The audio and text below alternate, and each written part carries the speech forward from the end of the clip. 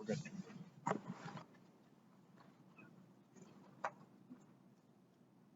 Good morning, everybody. I think we'll begin our session today. We just had some technical difficulties with the recording portion of it, but are you all excited to see what we have for you presented? Today we will be covering the file and serve portion and also portal. My name is Sarvani Jami. I'm the analyst at the Administrative Office of Courts. And as we rolled out for track 1 in the 4 counties, Harnett, Johnston, Lee, and Wake, we are traveling the counties trying to assist the judicial branch, the clerks, the judges, the magistrates. And here we are today to present file and serve so that you can see how it works and possibly answer some of your questions that you may have. The first portion of the presentation, we will be doing file and serve.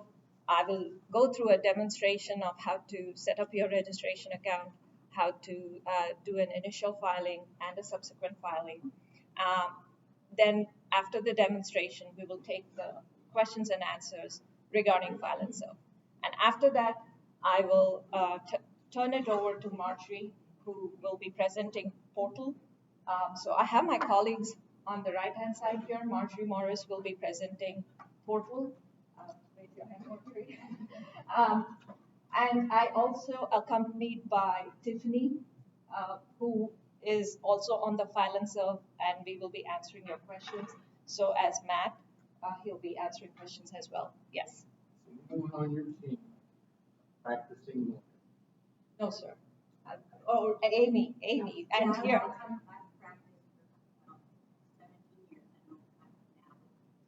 Yes, and she, now with the AOC. So Amy is our subject matter expert on all things legal. And we also have Meredith over here, who has been supporting the county. So we are all here to answer your questions, but please save it for the end. And we will go through the demo first.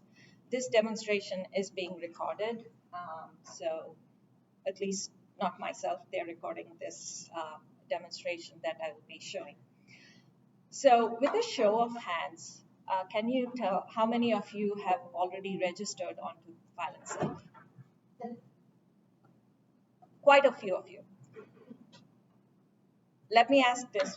The next question I should ask is, did you register to this website where it says e-file NC test, or did you register to the non-test area? Because in some of the counties, some of the attorneys have registered to the test site, and they've been e-filing in the test site, and they think they e-filed, but it goes nowhere because it doesn't go to the clerk's office. That's a test site. So you should be registering at the production site. How do you get to the production site? An easy way is on the production site. There is this website over here for more information about eCourts.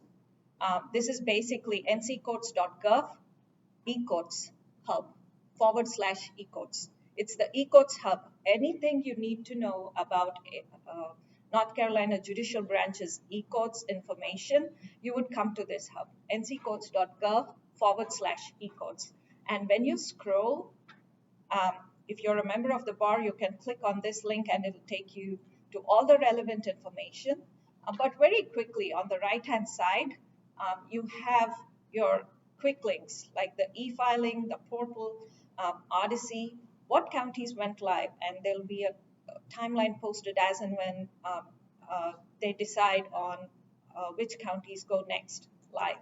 And there are a lot of training materials as well. So if you click e-filing, it'll take you to the e-filing portion of that page, and everything about e-filing is over here. You have your frequently asked questions. This right-hand panel over here has a lot of information, very useful information. Frequently asked questions for attorneys, reference guide for the filer, a training video, overview of file and serve. It's a job aid. DVPOs, if you're filing the DVPOs and want to understand how those filings work, or if you're a DV agency, There is a reference guide here. Name indexing standards, county codes for Odyssey. I will talk to you in a little bit, and you will see that the file format has changed from our legacy system, from our old system to the new system, where the new system you have to append a hyphen and a 3-digit county code, and for Hornet it's 420.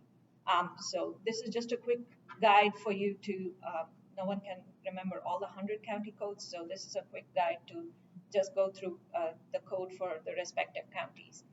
And also there is a lot of information and more training videos, more materials from the vendor itself. Tyler Technologies is the vendor who has brought us this product.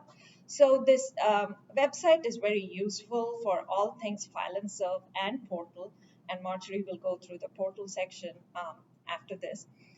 But you have more information on the hardware and software requirements to do your e-filing, things of that nature. A lot of information on the eCodes hub of nccodes.gov. So please bookmark this page, and from here also you should be able to go to the e-filing site by clicking this link, go to e-filing. So this is the production website.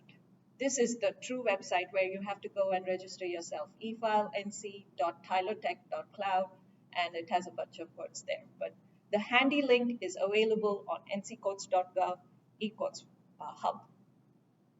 But for our demonstration purposes, I will just go back to the test region.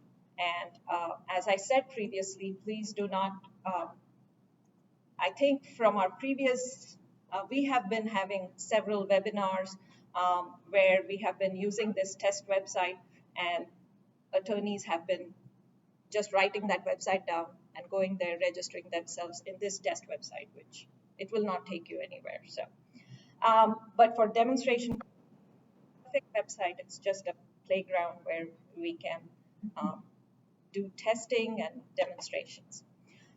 So, but for all other purposes, this website mimics the real production website. For everything else, it mimics that. In fact, this may be slower. The production is definitely much faster than the test website. So let us go through, begin the demo now. When you come to this website, the first thing you should do is you have to register yourself. Registering yourself is a requirement to do electronic filing. And there are two ways of registering. One is you are registering for a firm account, and then you can register for an individual account. The individual account is meant for pro se filers, landlords, out-of-state attorneys.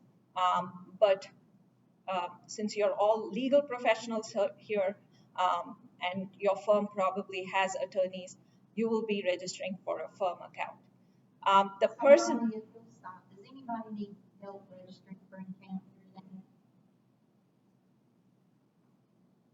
Okay, then we can skip that. Yes, and then you, I'm assuming that you have set up your users, your attorneys, and you have set up your payment accounts. Any questions on the payment accounts or how to add users or attorneys? Yeah.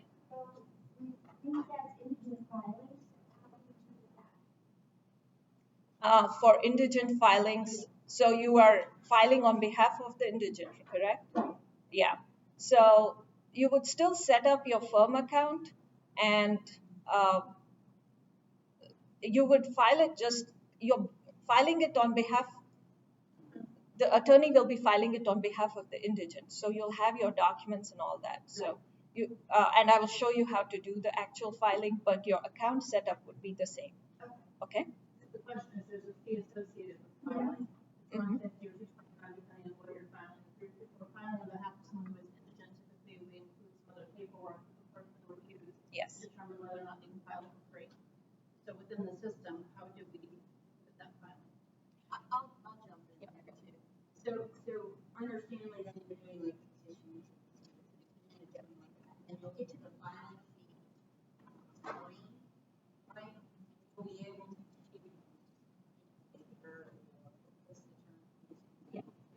Where waiver So you account. would choose that for that individual filing. Yeah. And again, the filing, you know, if you're filing for like divorce, and you got a petition for individual as part of the filing, and you can go make that complete filing, you know, something you request. But keep in mind that that is just a request for the waiver of the fee, right? So then she'll go into sort of how that. How that, yeah. I will show you in the demonstration how that goes.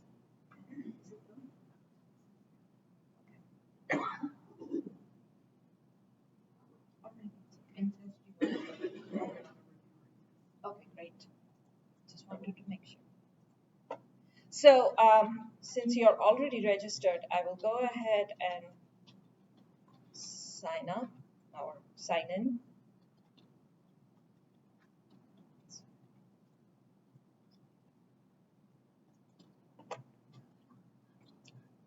So once you're signed in, let me talk to you about the dashboard. This is the dashboard, and there are 6 cards or 6 blocks over here. There's the start filing block, the filing history, drafts, case search, bookmarks, and templates.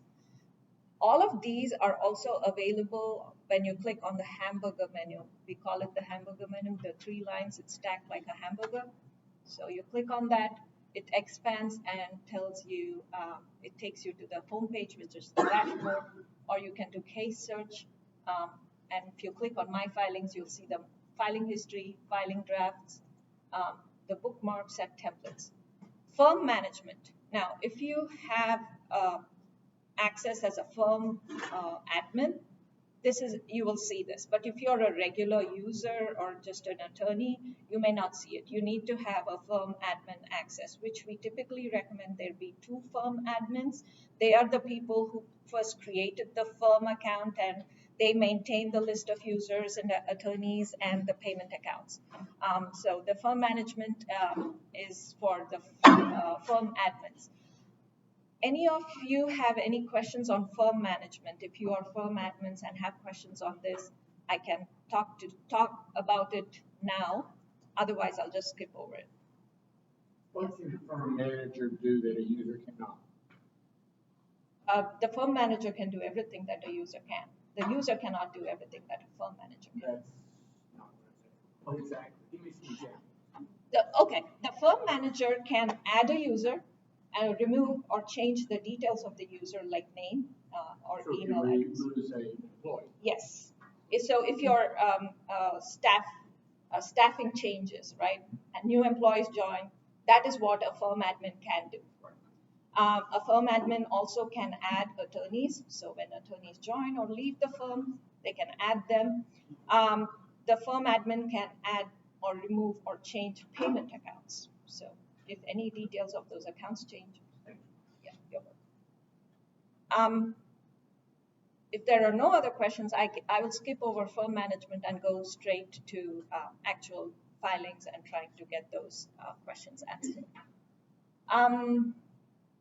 So clicking again on the hamburger menu collapses, and you'll just have the icons on the left-hand ribbon. They're always present. So there's more than one way to get to a particular screen. Before we actually do the filing, let me go through each of the other blocks. The filing history block, you will always see the latest 3 filings that you have completed or submitted in your filing history. And if you want to see the entire filing history, you can click on View Filing History, and it'll open the filing history page. This will have a list of all the filings that you have done and submitted. So it has been submitted, you get an envelope number. What is an envelope number? It is, think about it like before file and serve, you would go to the courthouse, you would have all your documents in a manila envelope that you handed over to the clerk. That's what an envelope is. But you'll have multiple documents over there. You may have a motion, you may have a notice, you may have multiple documents. And those documents in file and serve, we call each one is a filing, but there can be multiple filings in a single envelope. So an envelope is one transaction with multiple types of filings, okay? So this is in the filing history, you'll have your list of all the envelopes that you have submitted, and you can see them, but you know, you can also apply filters because there are quite a lot of them. So if you are a user, you can just filter uh, you can filter just for your filings, but if you're a firm admin, you should be able to filter and look at other people's filings within your firm. So the filter criteria, you can filter by location, by status, all the accepted or all the canceled, all the returned filings, a specific case number or envelope number, or within a certain date range. And you can apply the filter and it will filter based on that criteria.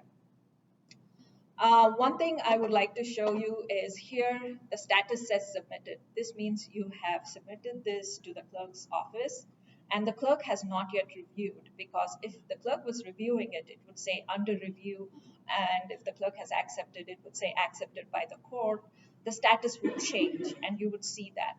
But since it has not yet been reviewed and you want to withdraw that filing, you can by clicking this X box over here. You can basically cancel the filing before the clerk has reviewed it.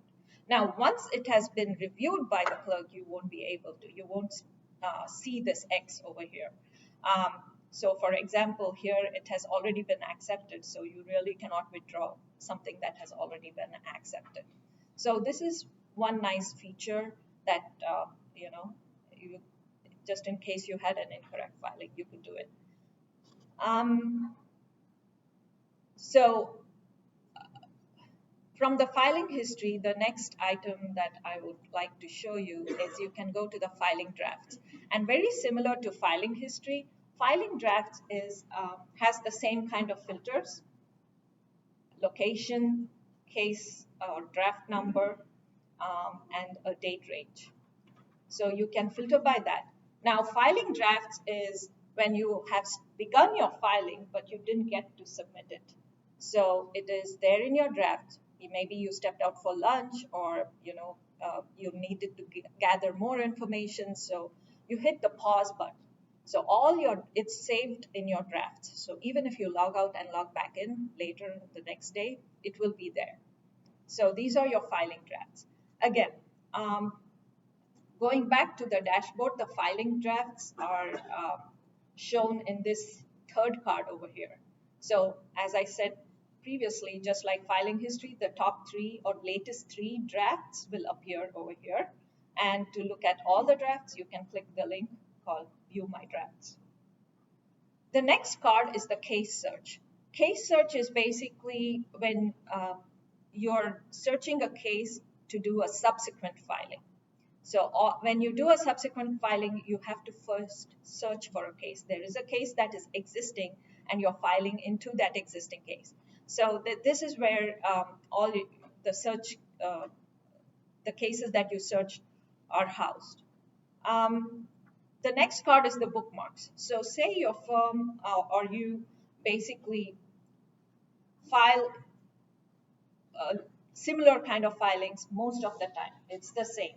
Instead of trying to go through all the steps of the filing, if you bookmark it, I'm sorry, I was talking of templates, but bookmarks is where you are following a case and you bookmarked it so that you can get to it very easily. Instead of going through filing history and trying to bring it up and trying to apply the filters, you can just bookmark a case and follow the case as you proceed through that process. Templates is when you have a certain filing that you do all the time. It basically is a shortcut method where you can create a template so that you can skip through some of the steps because they have already been saved as part of the template. So you always file in Harnett County District Court, so that information is saved. You always do, say, civil, not criminal, so you will save that. So those pieces of information you can save. The pieces of information that you wouldn't save on a template is the party information, because with each filing, the party may change. the document that you will be uploading will change. So those pieces of information you wouldn't save as a template, but everything else you would save as part of the template, and it will be listed here. Again, only the top 3 are shown, but when you click on View My Bookmarks or View My Templates, you can see all your templates and all your bookmarks. Yes. Can you go back to templates just a little bit? Mhm. That's I always assume that will say you've got a judgment, that's a standard judgment. You create that word and save it as a template. That's not what that is. No, this is a template of the filing that you would do, maybe for future use. So maybe you filed today a motion for continuance, right? And you probably do a lot of motion for continuance in that particular district court. So that is what you would save as a template, and you would file that for person A, you would file that for person B, you would file it for several people. So you would use the template and then just change the party name and the documents that are associated, and just file. And I can walk you through it during the demo. Yeah. So the templates would be documents we create originally, Yes. and they're saved. I use Word Perfect, so that in Word, but most lawyers use Word. They're saved as a Word document. No, they're not. No, I'm sorry, not the sorry, documents. they're not Not the documents. documents. So a template, you're going to use a template for a notice of appearance. More than likely, you file a notice of appearance in each and every case. So you make a template for your notice of appearance. The information you're going to save is like your case information. So it's going to be Corpus Superior Court. We can demo it. Yes, Yeah. but We'll it's demo going it. to be but it's the information about your case. It's not your actual document. There will be no documents associated with your templates. And I'll demo it in a little bit. I think it's much easier when you see it. So let us go to the first card, which is start filing card, and that is the actual main portion of it. So to begin any kind of filing, initial or subsequent, you'll click on Start Filing, and you have 2 options here: File New Case or File into Existing Case. Start New Case or File New Case is basically your initiating processes or your initial filings. Now, we in the past 3 weeks after go live, we've received numerous questions saying criminal, there's no option for criminal. You wouldn't start a new case or file a new case, do an initial filing on a criminal. So criminal is not an option for new cases. You have to file into an existing criminal case, and that's a subsequent filing, which I'll show you later on. But we'll begin the demo with the initial filings. So for initial filings, you click on Start New Case. And as this is loading, I want you to pay attention to the top tabs here. There are 6 steps to complete your filing. Okay. Step 1 is case information. So you would choose your location. I will choose Harnett District, and case category. And if you notice, there's no criminal, for the very fact that you cannot start a new criminal case. The criminal case starts in the judicial system through e-warrants or the Brazos system. So in this example, we'll choose a case category, and based on what you're choosing first at the court location, your choices will change. So say I chose Harnett Clerk of Superior Court. Your case category, there are only 3. Whereas when I chose district, you had juvenile as an option. So depending again on the case category, let us go back to Harnett District. If I chose family, my case type would change. It will show you all these case types. Or if I chose probate, it'll show completely different case types. So what you choose in the beginning drives what kind of filings ultimately you will be doing. So let us go back to civil, and let us do a civil general. And after that, you click on the Parties tab. And the Parties tab, again, the party, these are required parties. You know that by the red asterisk. Anywhere you see a red asterisk, it's a required field. So it's basically asking you to add more party details for the plaintiff, add more party details for the defendant. And how, depending on the case type that you had selected, the party type also changes. For probate, you may have different party types. You always won't have a defendant, and you so on and so forth. So let us go ahead and add a plaintiff. Again, I'll just do the bare minimum in the interest of time. But you can add middle and suffix, and you can also add more information, driver's license and social security. But as you see, there's no asterisk, so that's optional. There's contact information, address. Here you can indicate the attorney information. I have some test attorneys over here, so I'll select one of the test attorneys. This is where you have to indicate the attorney. Please do not add an attorney as a party. The attorneys are representing a party, but they are not the party. So please add your attorneys from here. The drop-down box is filled based on the attorneys that your firm admin is maintaining. They maintain a list of attorneys for your firm. That's where this drop-down box is coming from. And after I added that, I click Save. So you see how the attorney is associated with the party plaintiff over here. What we have seen in the past 3 weeks, and this is causing a lot of errors for the clerks, is they're adding attorneys by clicking Add More, and they're selecting attorney as the party type here. That is incorrect, and that's causing a lot of errors in the back end for the clerk's offices, which they have to remediate. So please be considerate and not do this. It's always best to associate the attorney representing the party this way. I'm sorry, that's not the appropriate way. Why is it not? We are working at trying to remove it, but it will take some time. It's just a track one, and we never realized that it would be used in this way. So in this training, we are trying to highlight the facts where we want to highlight some of the pain points that we have seen, but until that fix is there, it's better to know the right way than do it the wrong way. Let us add the other party information.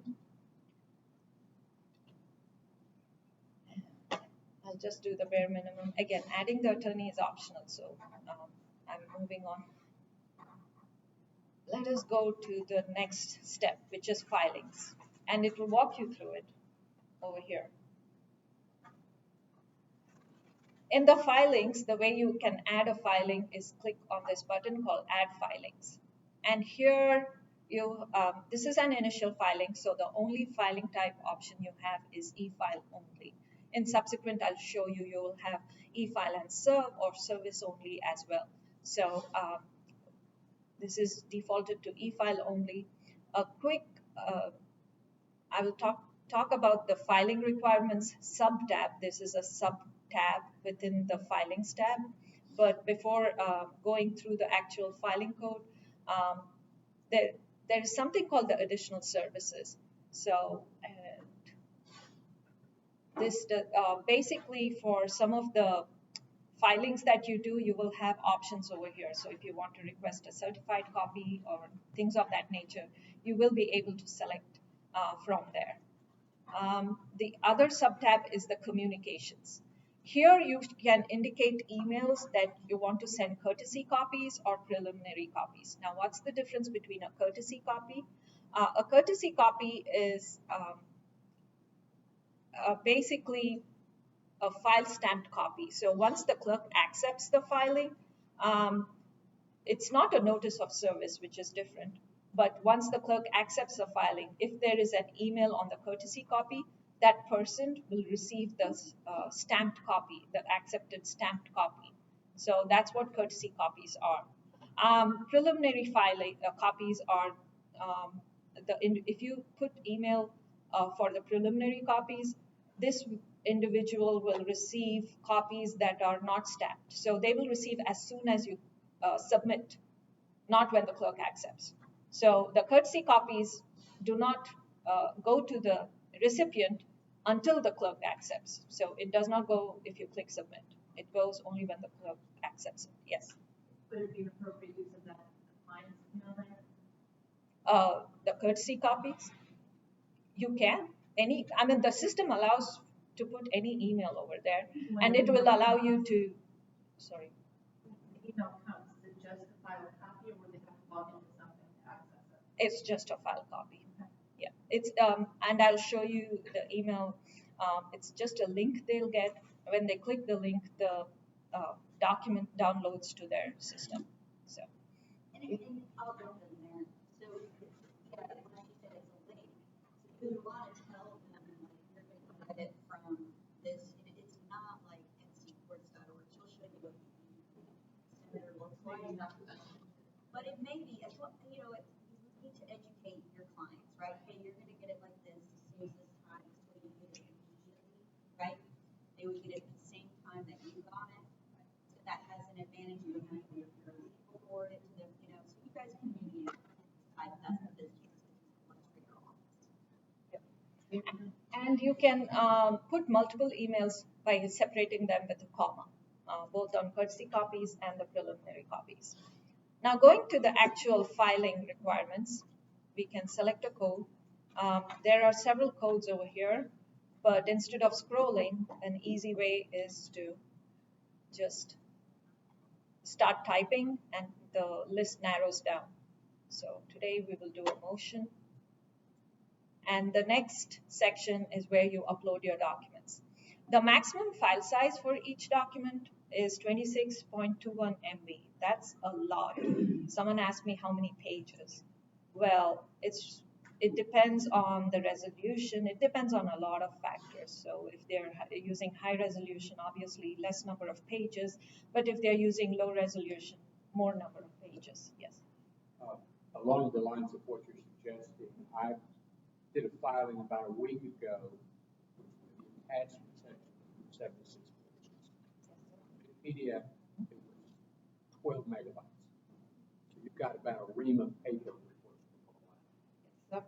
It's quite a lot. I've seen a filing come with 500 plus pages.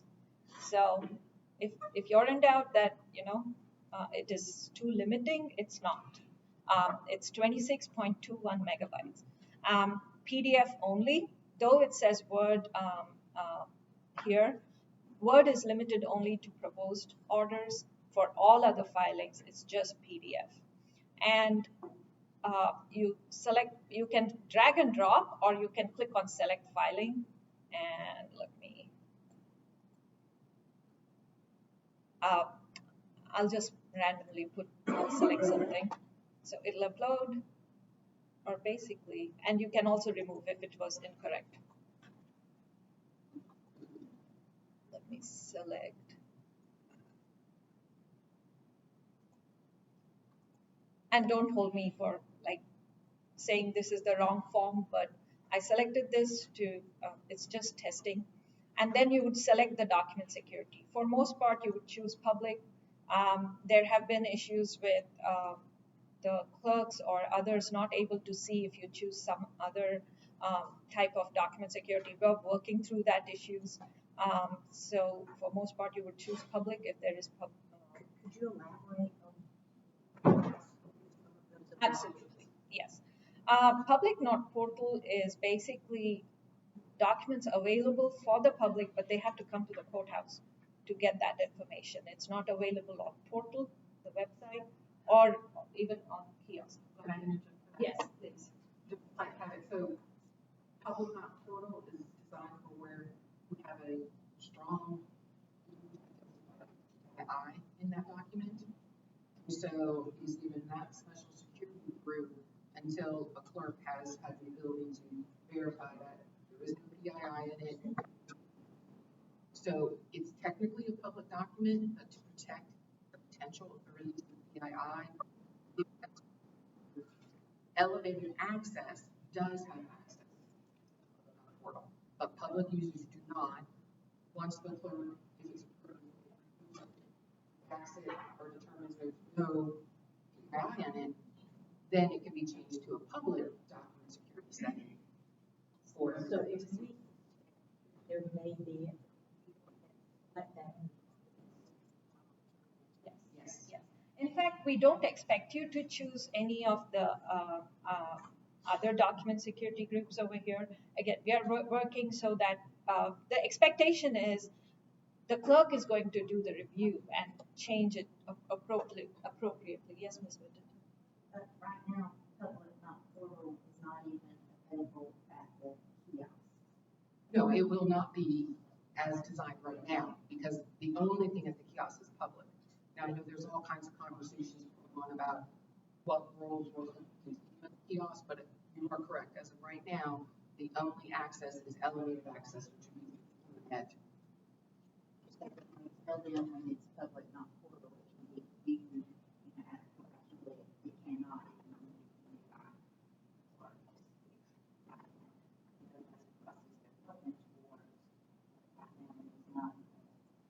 I know this is a work in progress, and I know y'all heard people fussing. Y'all can, we are not technical. I mean, I'm almost 30 years into my practice. This is the first laptop. Okay, so, companies, I don't need this kind of. Yes, we are working on that, and that is one of the things, as we said, we are trying to simplify this list even further. Some of these we need because some of the filings come from guided file. Yes, ma'am. So I understand what public is. We have already said, what is the difference between confidential and Yes, go ahead. Yeah, she's the expert. So, these are all really good questions, and as attorneys, I'm not surprised you guys have them. Public, not portal, we had to come up with this because as we're going to system, yes, that's one. So search things on the internet, we as a judicial branch, responsibility. You can't just be able to search on the internet and file before it was sitting in the paper file, it had some level, we're supposed to redact it, so you don't know. Not me, we're supposed to file a redacted version of the public records law, and then also an additional, unredacted version. Because some filings are required by law to have social security.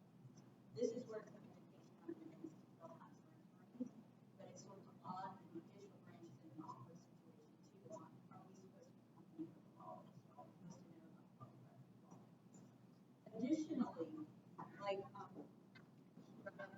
when we have filings that fall under law or some other type of legal requirements are triggered by the filing, law is a violence against women's rights. I'm personally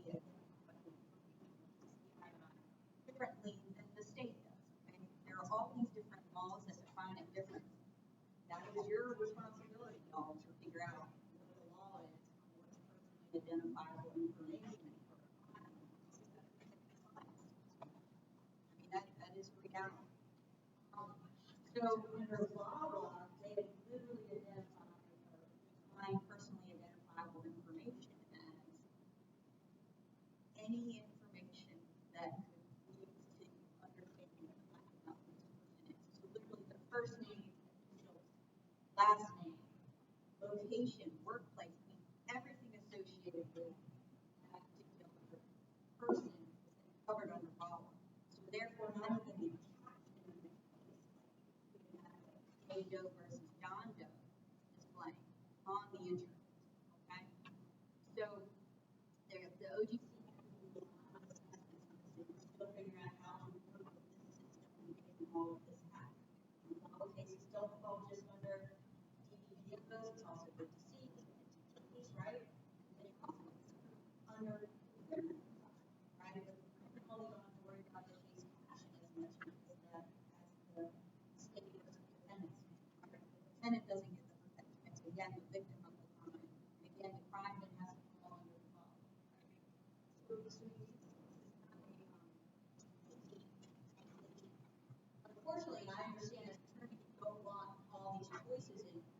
do have an off-the-shelf product. Right? And I would love for us to not have to give you all these choices. As we're working through this, sometimes we have to give them to you, so then the clerk has them as well. Okay? Yeah. Yeah, so that's why you're seeing it. Confidential is why we all came up with the thought that you had to have this separate public non-public. It's confidential. You all know it's a legally significant type of case, right? There are only certain confidential items, right? Let's all think about it. What's the one that jumps to your mind? Right? Those are confidential, and y'all need to go to your statutes and look up what is legally confidential. Okay? You don't care if it's public, not formal, public, not right. That option is there. Sometimes are public, those are not confidential. Right? Something that is legally confidential.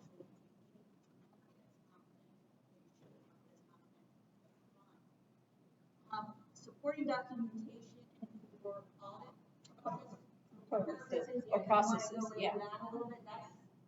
We're working on sort of defining that better too, right? And I follow up on what you were saying. Yeah. You were planning all of this. You could go to the courthouse and look at any chapter case front to back. Right. Any county courthouse in the state, you could do it. And nobody knew it shouldn't have been that way. No, it was okay to be that way.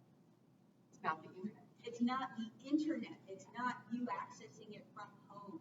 But John Doe could have still gone to the courthouse and found out that information and not filed it involved. That's right.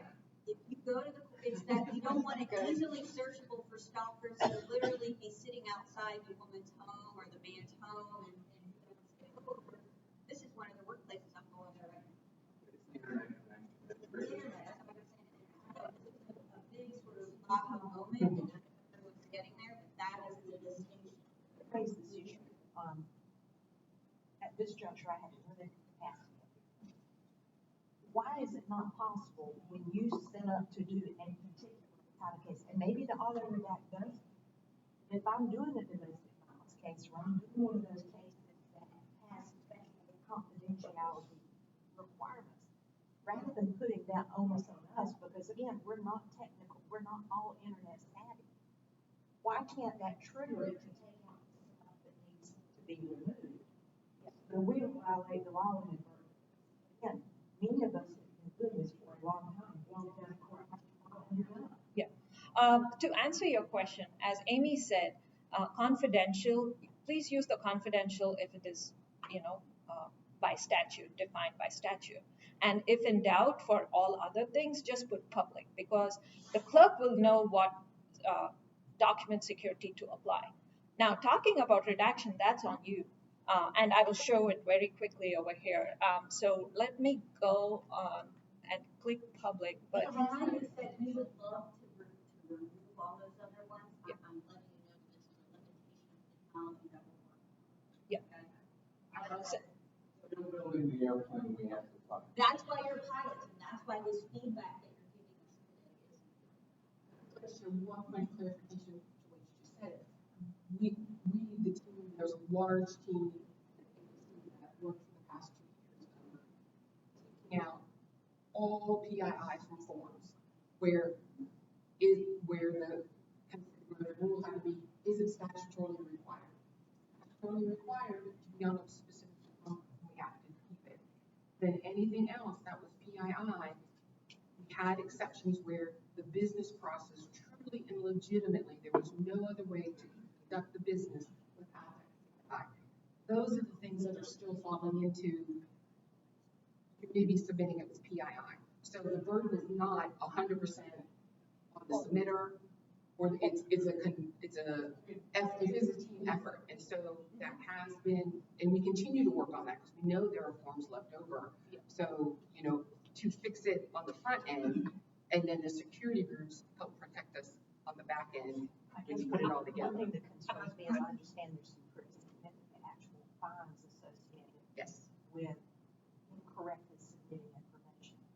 Yes, ma'am. And I will very quickly show you how the auto redact feature works, and you can apply your manual redaction as well. I just Yes. want to say one thing on Marjorie.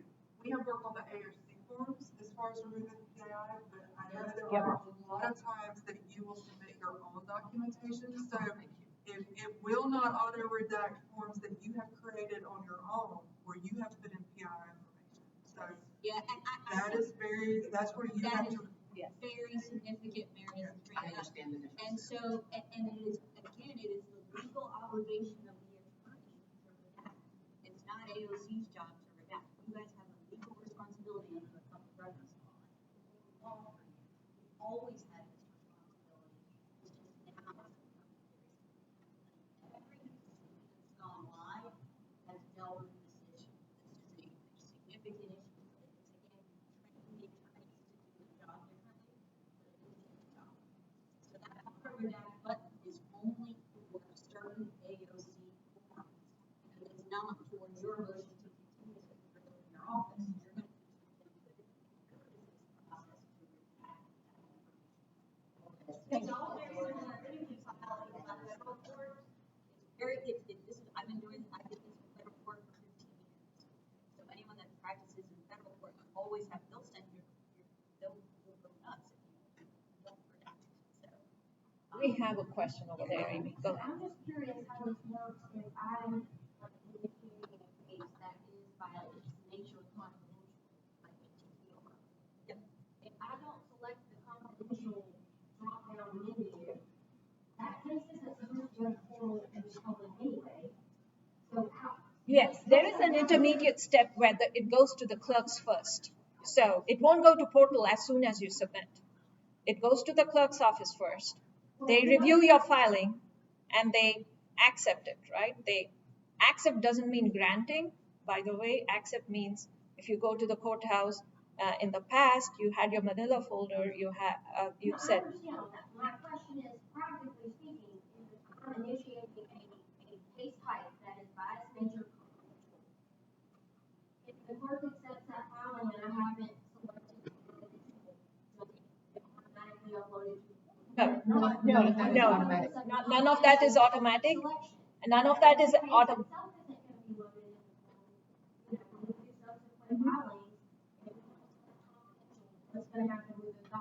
I can answer your question. So, juvenile cases, they are confidential. The entire case is confidential by nature. Say you're filing in initial filing on for a juvenile case type, right? You didn't select public, but you filed it, you submitted it. It goes to the clerk's office, right? Ms. Whittington's staff here will review it. It comes to their queue. They review it. It's not portal yet. They see the document, they see the details of the filing, they see the document security, and they notice that it's public and it should be confidential. They mark it confidential. And they may change the filing code appropriately because all what you see is probably a motion, but they see a motion for, and there are several motions, and they choose the specific motion, and then they accept it. Once they accept is when it goes to the case management system, and only when it is in the case management system does it appear in portal. There is access to portal. There are several levels of access. If you're a regular public user called an anonymous user, your restriction, there are, yes. I'll keep it in that nutshell because we'll be able to go on portal. There are multiple levels of security besides just the document security. And so there's several levels that would have to, they're not all human levels for that to ever happen. But in a nutshell, juvenile as a protected case type never shows on portal except for the attorneys who have access for their cases. And so the document doesn't show, the case doesn't show. So you would have to make a mistake, the clerk would have to make a mistake, and the 3 different security levels that play into it would have to fail for it to actually display the portal. Is that cool? there's document security, there's case security, and there's an event docketable or non-docketable. Those three play into what can be displayed and what cannot be displayed, and to whom it should be displayed. Again, juvenile case number 1, you may have elevated access because you're the to view that because you're the attorney on that case, but you won't be able to view juvenile case number 2 because you're not the attorney. So, I just wanted to make sure that if we mess up and we choose the wrong document, the underlying case is confidential, we haven't. You have Yeah. not As soon- found, yeah. Yeah, as soon as the clerk accepts it in an initial filing, it creates a juvenile case, and the way it's configured is the case type of juvenile is confidential automatically set by the system. So that's the case security. Yeah. Practically speaking, it doesn't matter, but I can tell you, I think as an attorney, you probably would have liked the option to mark confidential. No. I wouldn't say it doesn't matter. It does matter. Think of security like an onion. You have layers in an onion, so you peel each layer. Every layer is important for the protection of that information, right? So as many layers you keep, the better it is. So please do your part and mark it confidential if it is, by statute confidential. It is less because they have to review it, but then they don't have to change it if you've done that step, correct? But if you didn't, then they have to take the extra step of changing it to the appropriate security level. So. It's just like when you're filing, you were filing, when you came in, it was a confidential filing, you marked it the right type of case, you did everything you needed to do, and then the clerk would take it and place it in the right location where confidential filings. Okay? We're not jumping into a different hoop, but similarly, there's also types of filings, y'all, let's think about it, where being like provisional confidential. Maybe you want to do a sealed file, right? And so you need to come up with a way to keep that hidden at least provisionally. So that would be, technically, I think, confidential as well. So thinking about how you can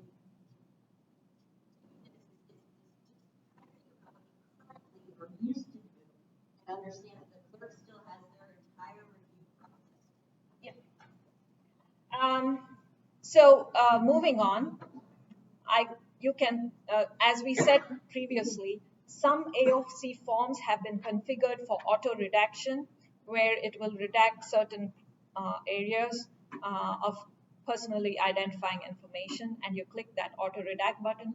This will not work on non-AOC forms. So if you're using a form that is local form or things of that nature, it won't. But what it does is it says, continue doing your work, the message that just popped. It said, go ahead, do your work. It will be redacting it in the background. So you can continue, but I just want to quickly show how what the redacted form looks like and how you can apply more redaction manually, right? So it says redaction is complete, and you can view it by clicking on Edit Redactions. Anytime you think the form is incorrectly uploaded, you can always click Remove. Anyway, the form will load here, and I think I got the right form where it is supposed to apply redaction, or maybe there it goes.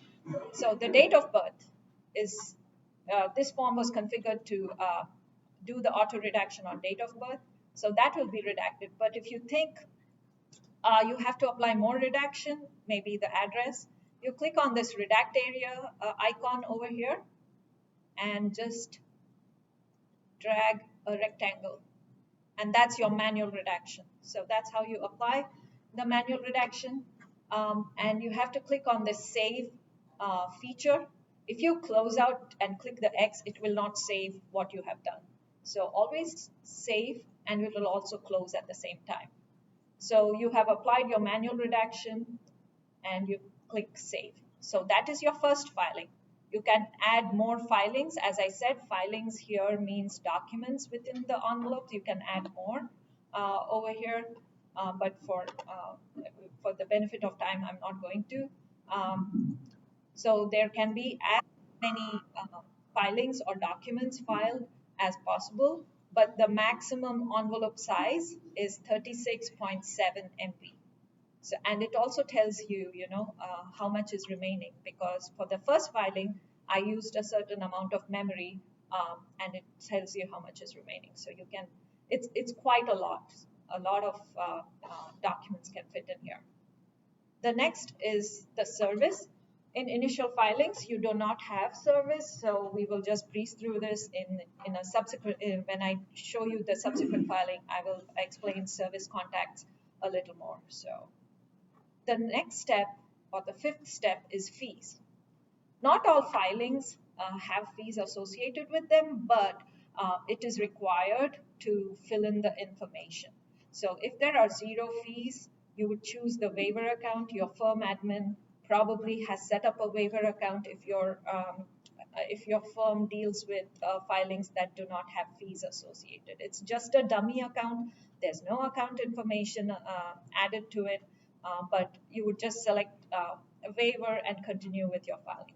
But we know that there are fees associated with it. I have some test credit card information over here in my account. We'll say part. Go ahead. How do you add the waiver account like into your firm payment accounts? I can show you very quickly. Let me submit this filing, and I will, because I have to go to the firm management to show that. Yeah. So Ronnie, will you talk about the party responsible for fees? That's been an error that we've been seeing a lot here in Harnett when it comes to the clerks. Some of the filers have been selecting themselves. Also, when I know that errors it out. Yes, party responsible for fees, the drop-down shows all the parties from the in-party information tab, okay? It does not mean that they're direct, the fees are deducted from the payment account. So whatever you have in the firm management payment account, I doubt any firm will add their client's bank account over there. You will have your firm account, or the bank account or credit card account that your firm uses, and then you can probably bill your client. But party responsible for fees is just to show that like which side is paying that fees, directly or indirectly, right? So you select that, and the filing attorney over here. So, but the money comes from the account that is added by the firm and managed by the firm. So whatever account that you show in the firm management account, that's where the money is coming from. Okay. And then you can click calculate fees. This is an optional step. If you click summary, also it will calculate the fees. But by clicking calculate fees, it based on the choices that you have made, what kind of filings, it will associate a fee. And there is a convenience fee, and later on I can tell you the exact amount. But I think for e-check or bank accounts, it's 25 cents, and for credit card, sorry? Per transaction. Per transaction, yes, per submission.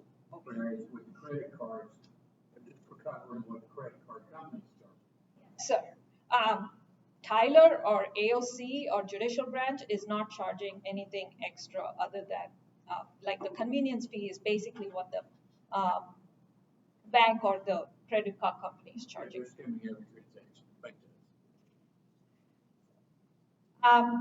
You proceed by clicking summary. Now the summary screen is basically all the steps that you have taken, and it just summarizes in one big screen. You also have your agreements that you have agreed to. So this is required step because if you don't agree to all of them, the submit button doesn't enable. Why do we have to do that every time? That's a pain in the neck. It's a redundancy. We should do one time when we sign up. That's something most lawyers I know find. As we said, this is off-the-shelf product, so that's how the product is designed. There is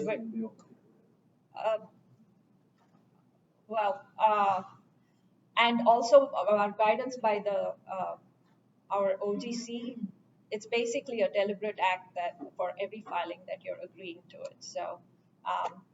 Well, and it does right there in note that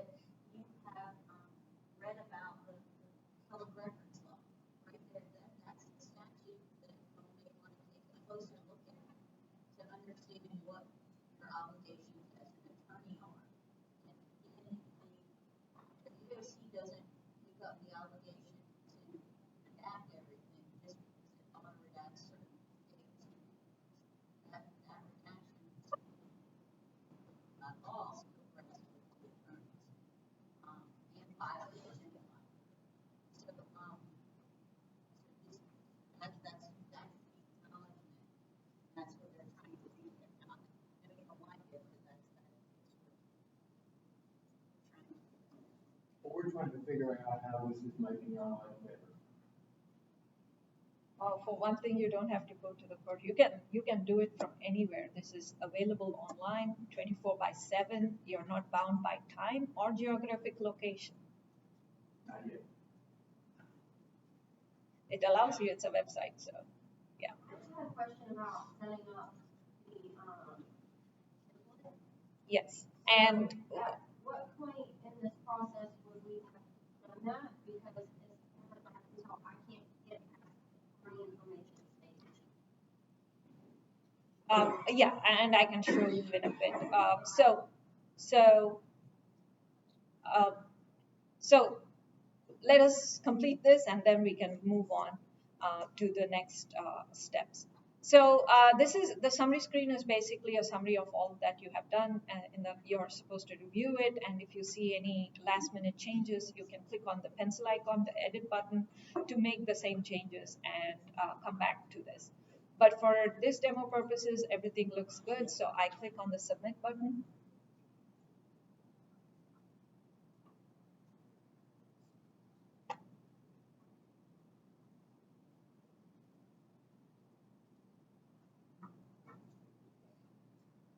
And as it's doing that, maybe I'll open a different session to quickly walk you through the template, and also you were asking about how to set up a waiver account. Let me go to the waiver account first. So if you're a firm admin, you have firm management over here. There is payment accounts, select payment accounts. You would add an account, right? You can name it anything.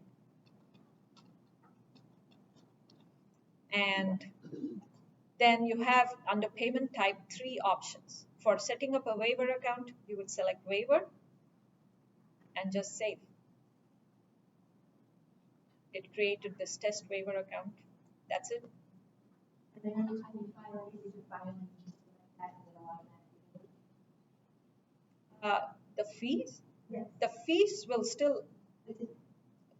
So the fees are calculated based on your filing code, right? So the fees will be based on that. So the filing of the waiver account is when there are no fees, absolutely. The filing will go through with the fees, but then the clerk will refund the money based on the document. So we're paying and then we're being refunded? Yeah. Is it accepted? Is that what's happening? Yes.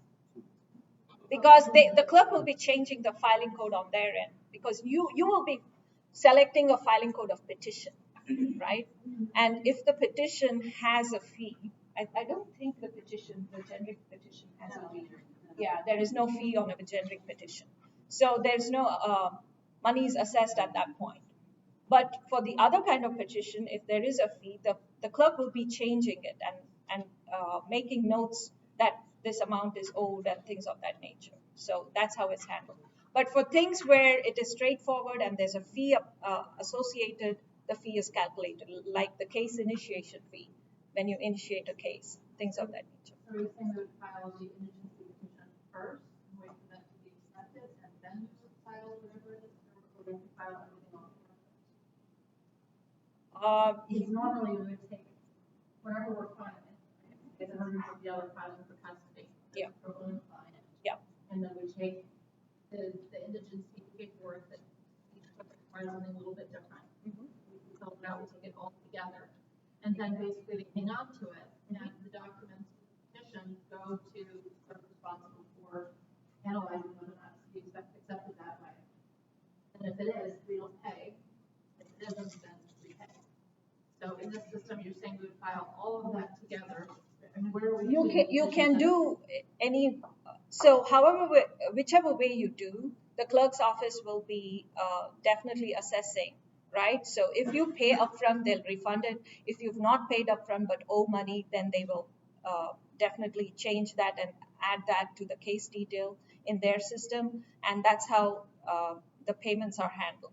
But how would you not pay upfront? Logistically, what does this look like? Do you pay upfront or do you not pay upfront? It depends on the filing code that you used. So for petitions, it's a generic filing code. So there's no fees associated with it. So generic filing codes do not have fees associated with it. When the clerk accepts it, they put a specific filing code, like petition for whatever, and petition to proceed as an indigent, and then the accurate adjustments are made to the fees. Let me put it that way. Sorry? Then how do they pay? They submitted it to us, and we reviewed it, we changed the petition to petition for adjudication of competence, which is $120, we attached that as a fee, then how do they pay? If part of the envelope had other fees, they are indicating the payment account, right? So it will be the payment account, or it will be deducted from the payment account over there. But if there are other outstanding balances, that's how it will. Then they filed it as a petition, so there's no fee associated with the petition. So it comes over to the review queue. Yes. We can change it to a petition for adjudication, but it's not going back to their credit card or their e-check because it's not attached. That's So we have to accept it. Mhm. They go to financials, Associated. Yes. they don't have it in pay. They'll have to pay how they pay today, basically. How are they notified they owe the money? Sorry. How are they notified they owe the money? Oh, you have portal access, so that's one way of this thing. The other way is when the clerks are reviewing it, they know they have to go and take these steps. So when they accept, they can add comments in while they're accepting. Those comments come into your email. So there they will tell you owe this money, please come to and pay this amount. So if I may ask, so if I file for pro bono client in custody matter and I pay the $150 because it's required by the system, are you then able to refund the $150? Do you know how to do that? Because you don't want to go through that step. She's filing for it, select the paper instead of credit card.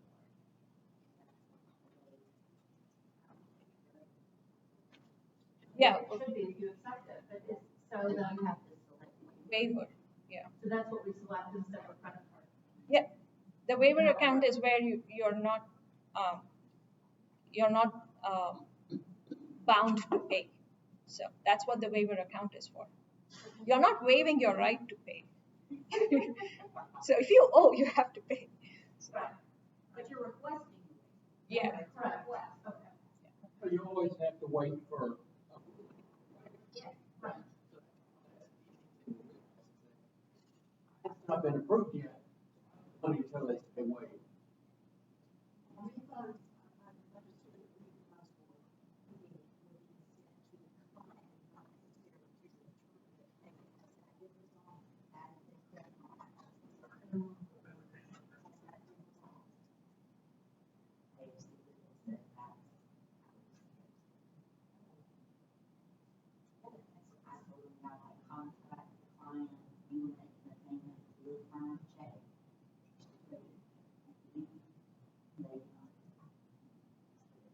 No more cost of it.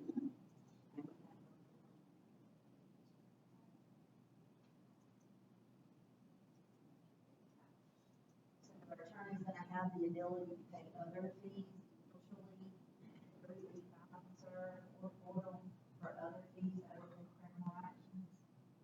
Yeah. Portal is only criminal right now. From file and serve, it's only when you e-file, right? But if like after a judgment or if once the filing has gone through and whatever subsequent processes happen and the fees are assessed at those points, those don't come through file and serve. It follows whatever process is defined in Odyssey. So for non-criminal, it's just going to the court and paying. Wow. So they submitted their petition, it's supposed to be $120. Mhm. Now I want them to pay. They're waiting them to put it into e-file and pay what I just put on financial staff.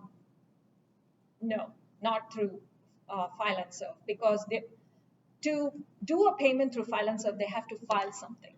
They just cannot go there to only pay. That's what File and Serve is. It's an e-filing system, not a payment So with a mechanism. subsequent filing, they would be able to go in and pay for that filing. Yes. But any other fees. For that filing, yes, for that. Not the outstanding. No, not the outstanding. If you're trying to get to, do they pay just for the filing that they're doing and the outstanding? Not the outstanding, but just the filing that they do. Because let me tell you what this is. File and Serve is basically a system where you are filing to the court. The information doesn't come from the court system back to File and Serve.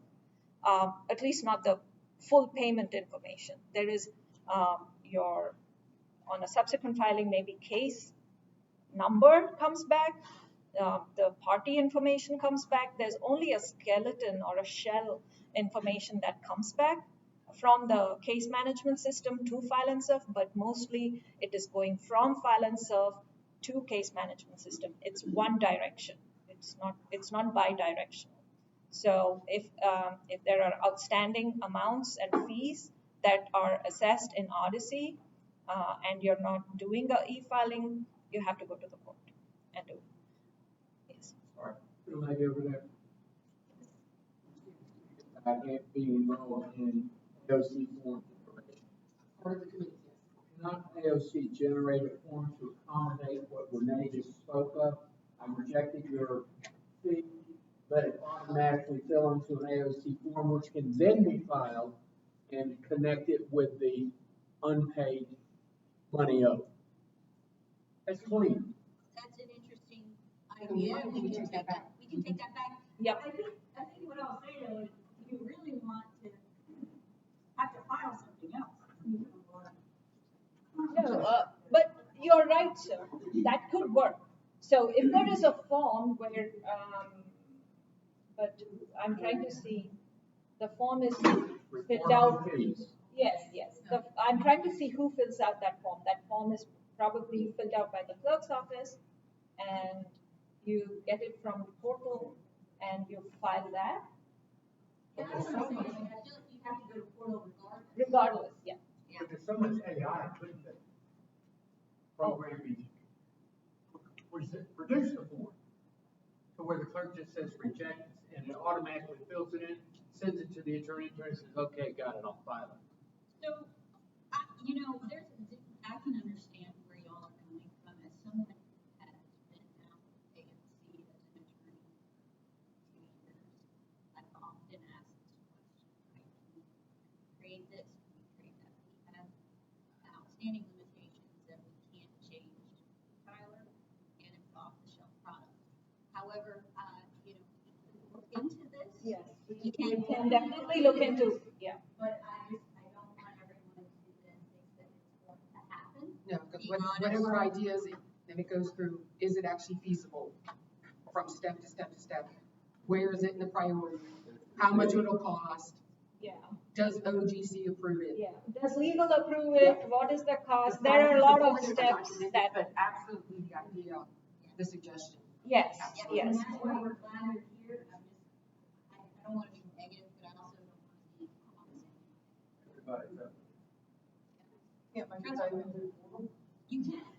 For criminal only, right? Criminal only, right? That's as designed today. Yeah. So. Would there be an option to make it where you can pay outstanding fees in the portal, like you would get search, and it shows you outstanding fees in the portal, and then you pay it?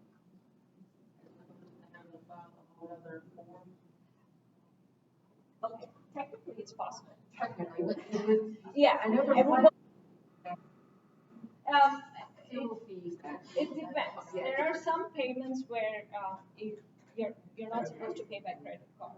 Statute limits. Yeah, there's a statute that says don't pay by the credit card, whereas in balance of you have a credit card, you have a bank account. So you don't have the option to have a bank account on the portal, Not currently, no. but would that be an option too? I mean, would that be easier to set up than having to file a whole new thing?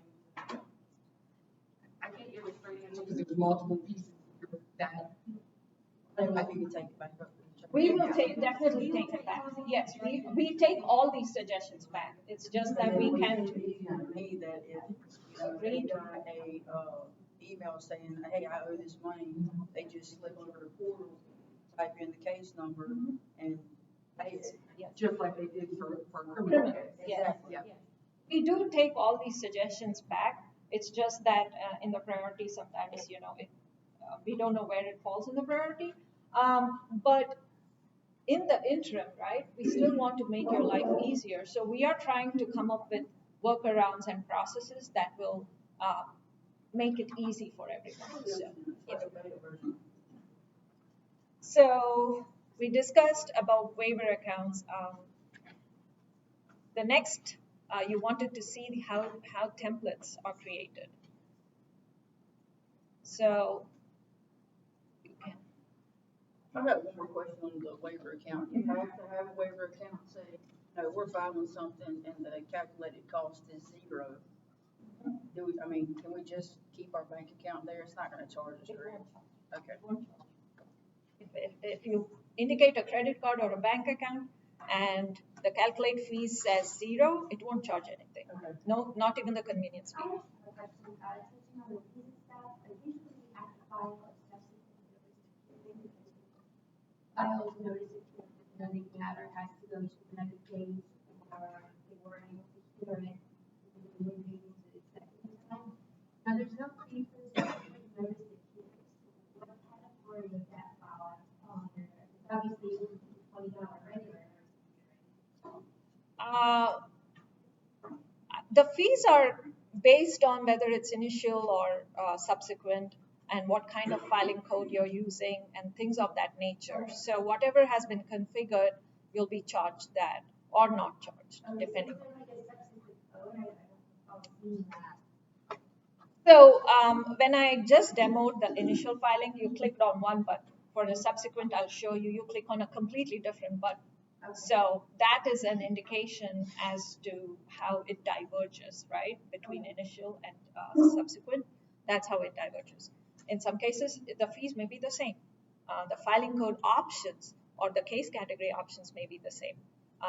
So that's how it's controlled. Now, I'm on the template page. Yes, go ahead. Before we move on to templates, just to go back to indigency, when a filer submits a petition and uses like petition to sue as indigent, the petition will be reviewed and filed and served. If approved, then the fees are waived. If it's denied, the reviewer will contact the filer to let them know that this is included in the QRG, so they're aware of what they need to do whenever they receive this filing. They'll contact the filer to let them know that their petition has been denied and ask them if they would still like to proceed.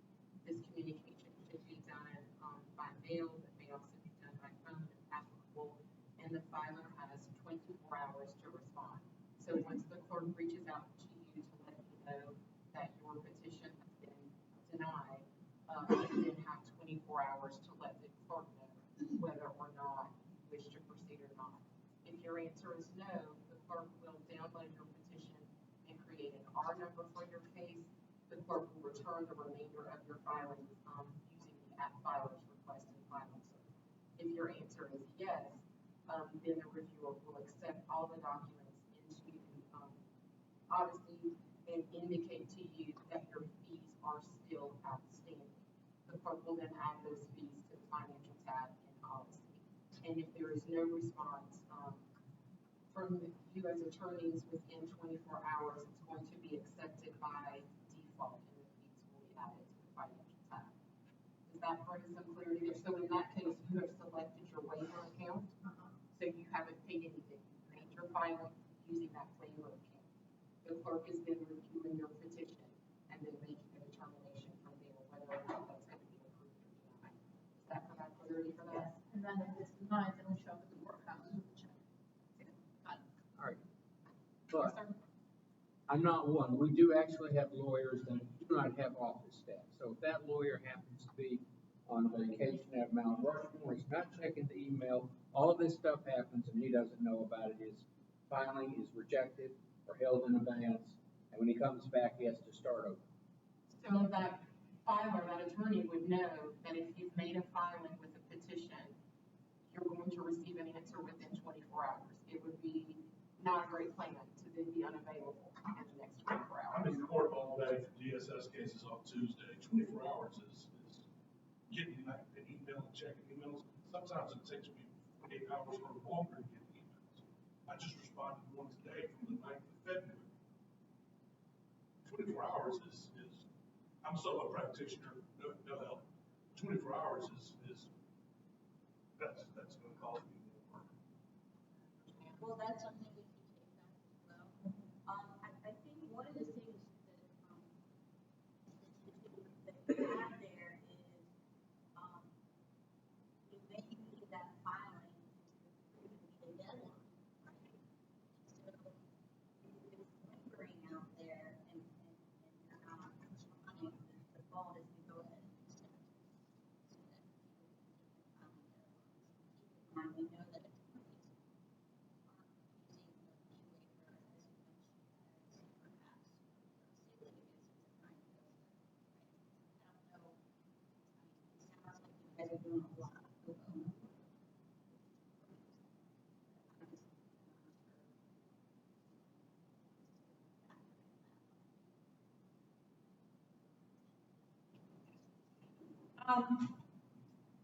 So we can take more questions at the end. So I want to proceed through the demonstration and complete.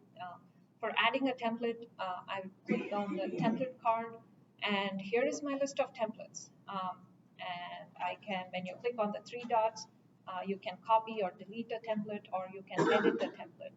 You can use a template to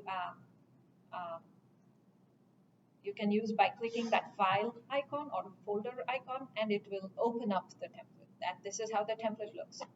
The case information is pre-filled, and party information right here is pre-filled, but I saved it when I was doing this. But typically your party information will not be pre-filled, and you have to proceed with the filings because yes. My question, how do we get past the party stage? Because in our system, you can't go forward until we input names and contact information for parties. Yeah, that is a true statement. So at a very minimum, you should be able to indicate the case and county and that kind of information. So that's your basic template, right? So I think the distinction here, what you're trying to do is use a template, right? So Yeah. you wouldn't go to your Start New Filing tab if you intend to use a template. If you're going to use a template, you'll be given a template.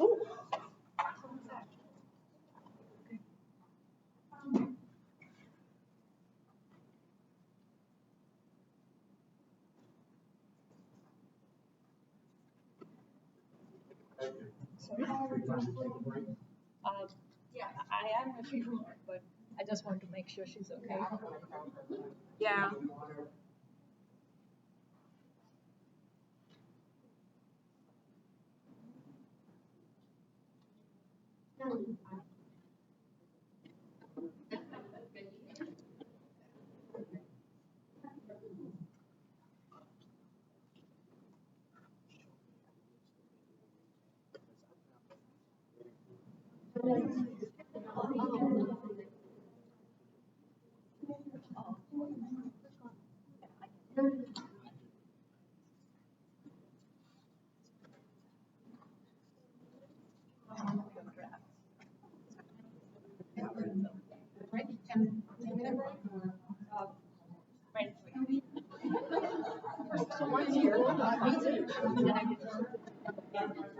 I'll probably show you again.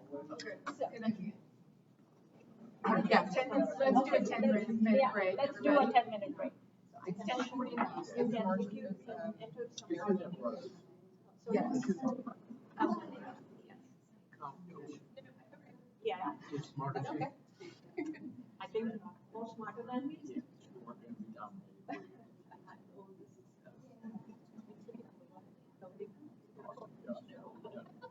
Good job. Sorry, we got you.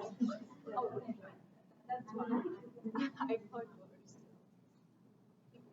Attack. But verbally, but worse. So go in and ahead, type some names so that you can go to the findings.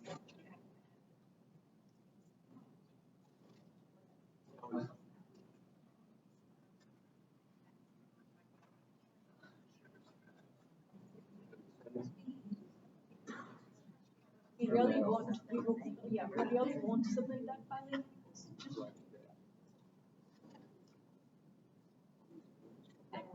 Second one, yeah. Yeah, I thought we did.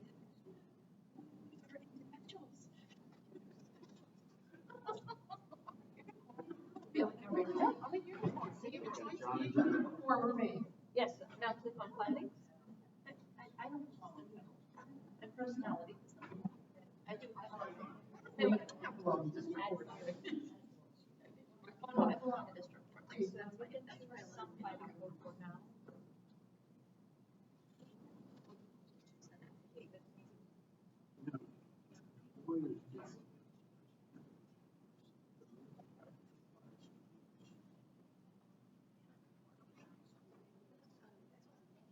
Gotcha.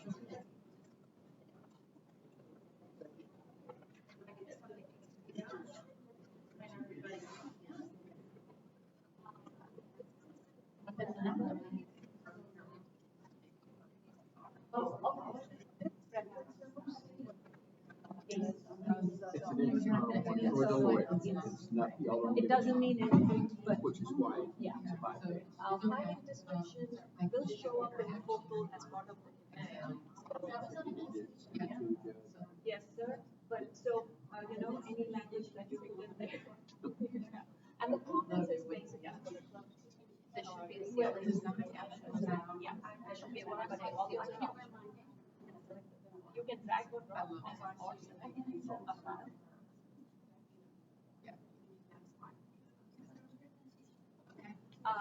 If this were, so I'm not sure if this is AOC form, but Want an ABC form? that's where the auto redemption.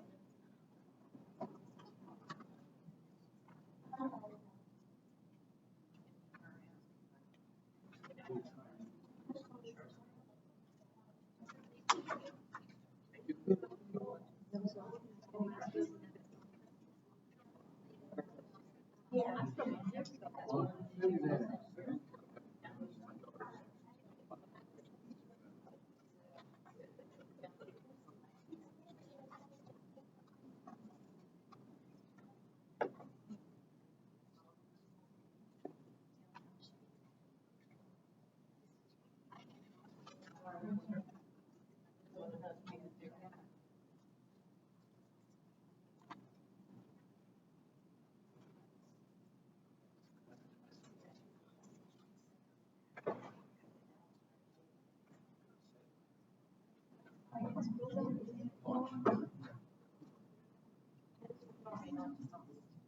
I'm not sure if this particular form is good for that, but we'll do that. This will be. Yeah, mostly my main reaction would be non-AOC. But I've got a lot of attachments that might have social security numbers on the assignment. I think that, that's something. We work on. We've worked on several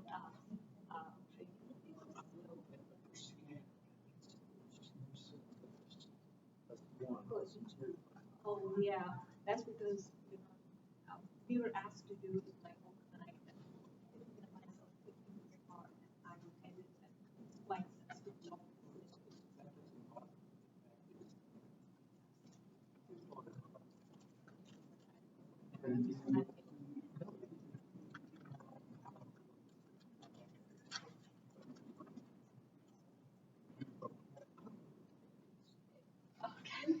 Yes, but there's so much activity, that one word.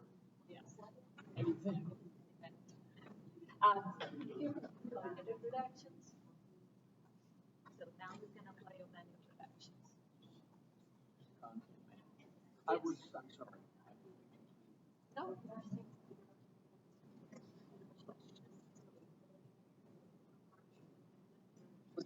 I've heard names. I've been called names. Oh, who's I called first? Yep.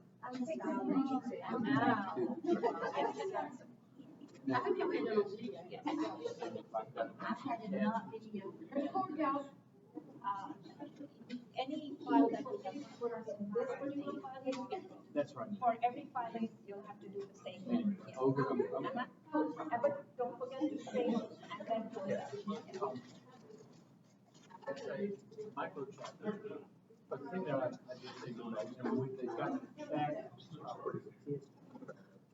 The chat feature, I'll talk to you about support. And AI, I mean, I wish Tyler was working on artificial intelligence. Yeah, I think they have the artificial intelligence of the chat, but not so much on the. Yeah, okay, thank you very, very much for coming today. Really, we're gonna go right to this. About 2 weeks ago, I watched an hour-long.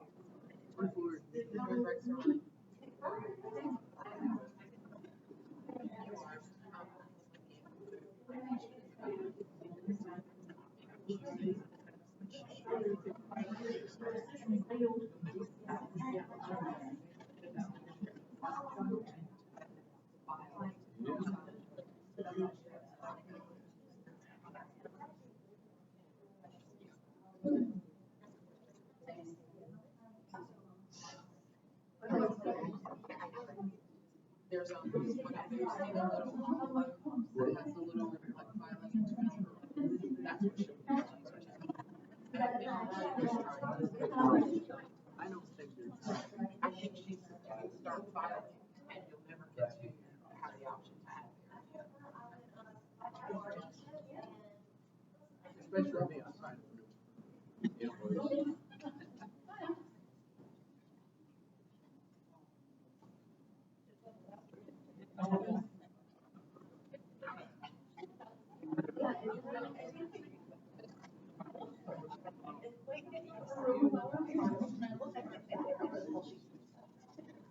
Okay.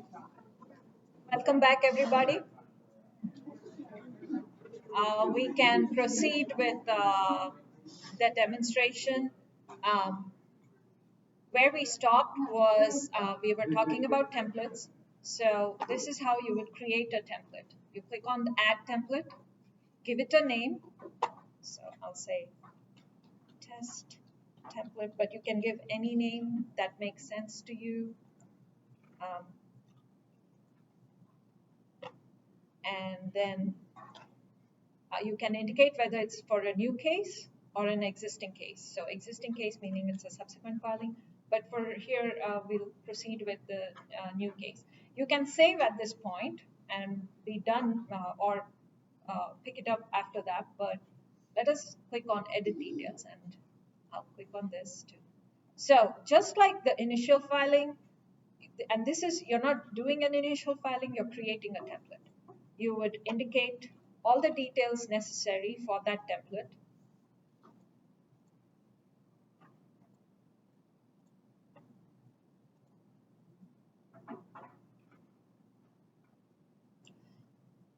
So I think this is your question, right? You can't move past this because you have to add the party details.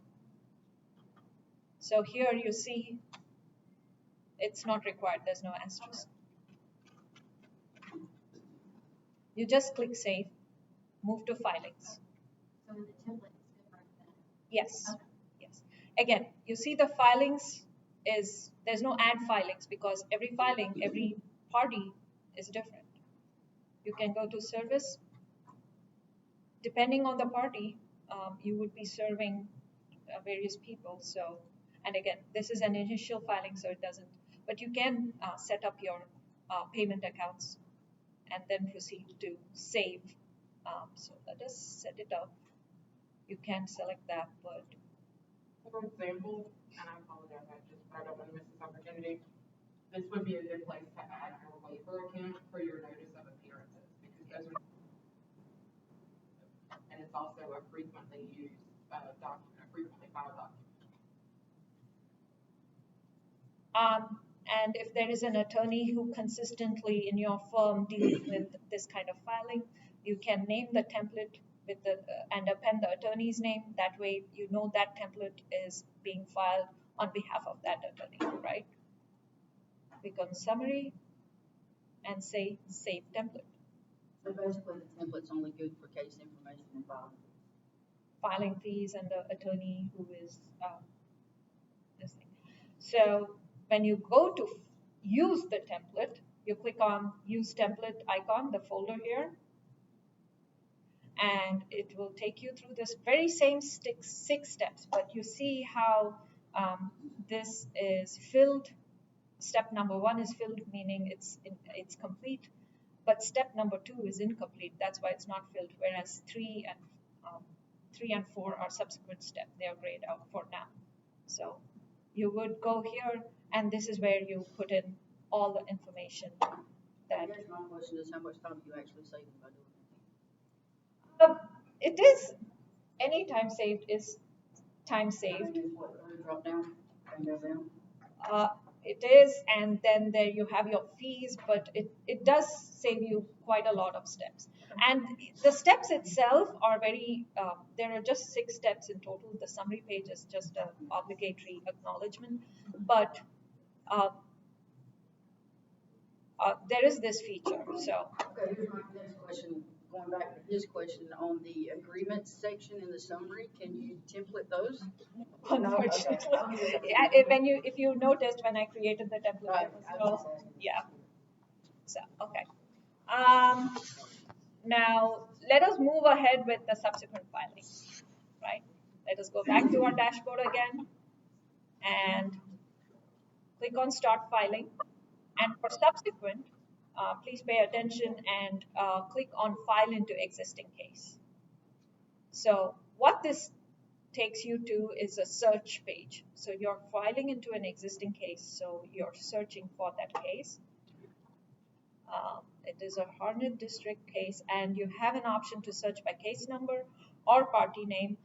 The search by party name is restricted if it is a juvenile case or any kind of confidential case such as SPC or IBC cases.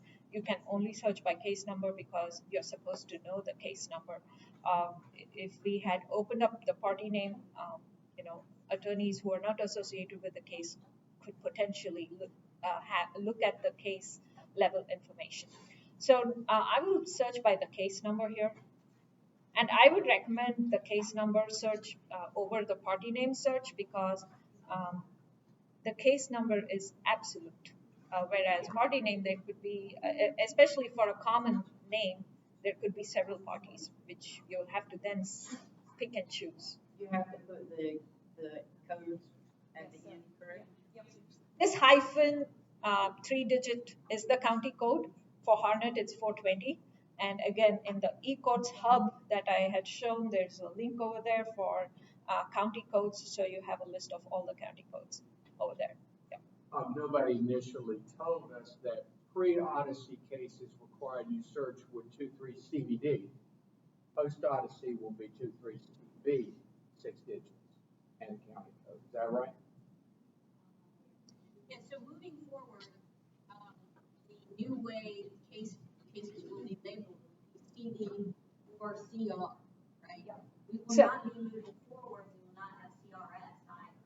But when we search right now for an existing, using the file number of a file, case filed in 2020, it's going to be 20 CBD, 6 digits in county code. No, I think, it Yes, is? it will. Oh. Yeah, it's not, it's a CR though. That is a CR, right? Yeah, just with, so the CBD does exist. CBD, I think okay.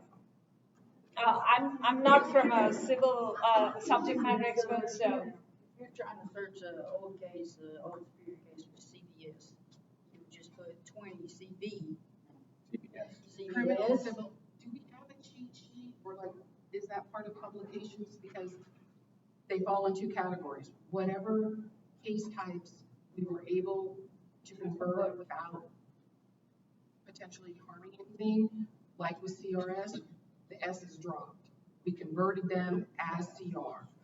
We could not do that for everything, so we have legacy cases, and I think civil falls into that, where legacy, you're looking for CBS, CBD, so there are two groups.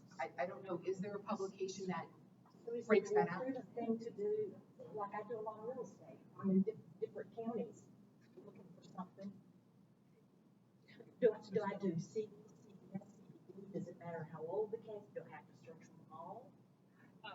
It would depend on the case type, like with civil, and I'm looking at my notes that jog my memory of, these are the ones that all of the cases are the same, like criminal, all criminal Okay, with but I'm CR. looking at civil case. Civil, I think civil, 2019. anything before Odyssey, I think all civil is like the So as CBS. we roll through the state and different counties are going online at different times, what do I do as far as my search parameters with the D and the S? Is that what it's not? yeah, I think so, if we don't have a published chart, I think that we need one, because you're absolutely right, as we go through each track, it'll get even more confusing of, it depends on when that track Yeah. went live. so, That's a very. yeah, that's a very good point. but for best practices, I would say pay attention to the location over here, because your district superior and clerk of superior court, make sure that this is correct first, right? And then, if it is an old case, go ahead with the old format of CVD and enter it. If you don't see it, try to go with the new format and see if it returns. Because I think what Marjorie was trying to say is, depending on the case and case type, some were converted and some are not. I know I have it, yeah, I have it as in portal.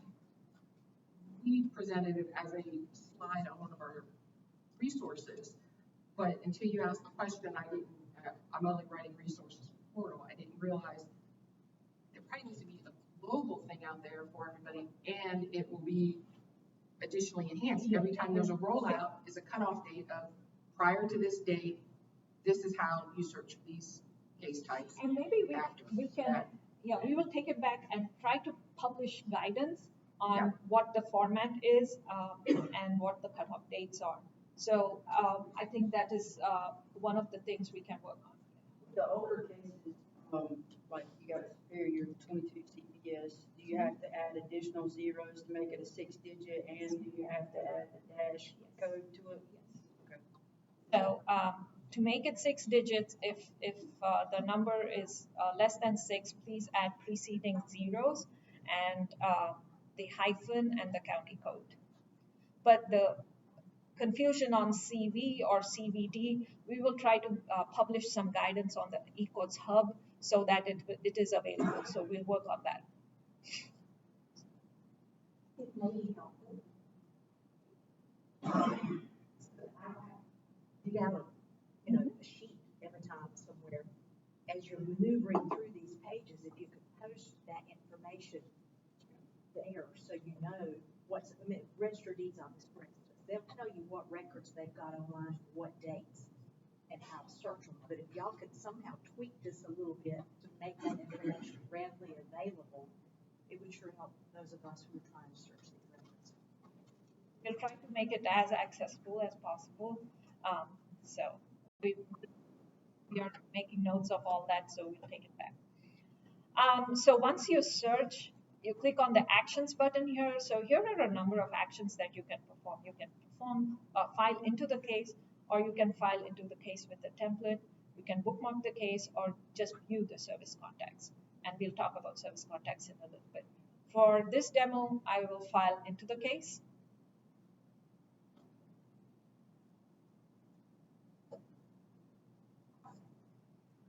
And the case information, if you see, you really cannot change the information.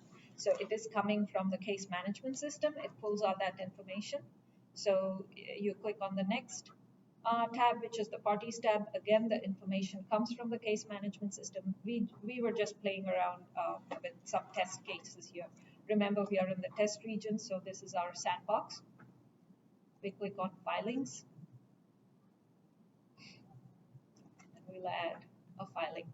Now, in subsequent filings, you have the option of e-file only or e-file and serve and service only. We will do e-file and serve so that we can I can show you how to add the service contacts.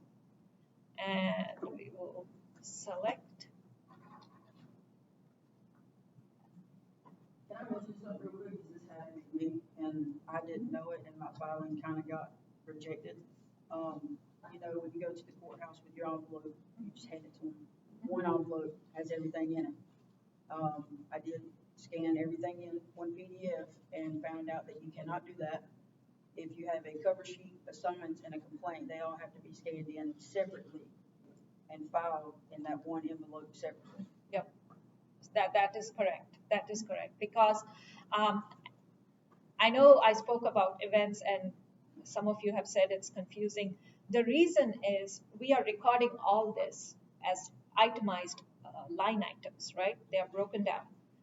So if you put it as one filing code in one large PDF, that itemized list is not there. Yeah, I wasn't aware. I was like, okay, this is how I take it to the courthouse. This is how I upload it. And then I found out that you have to upload it separately.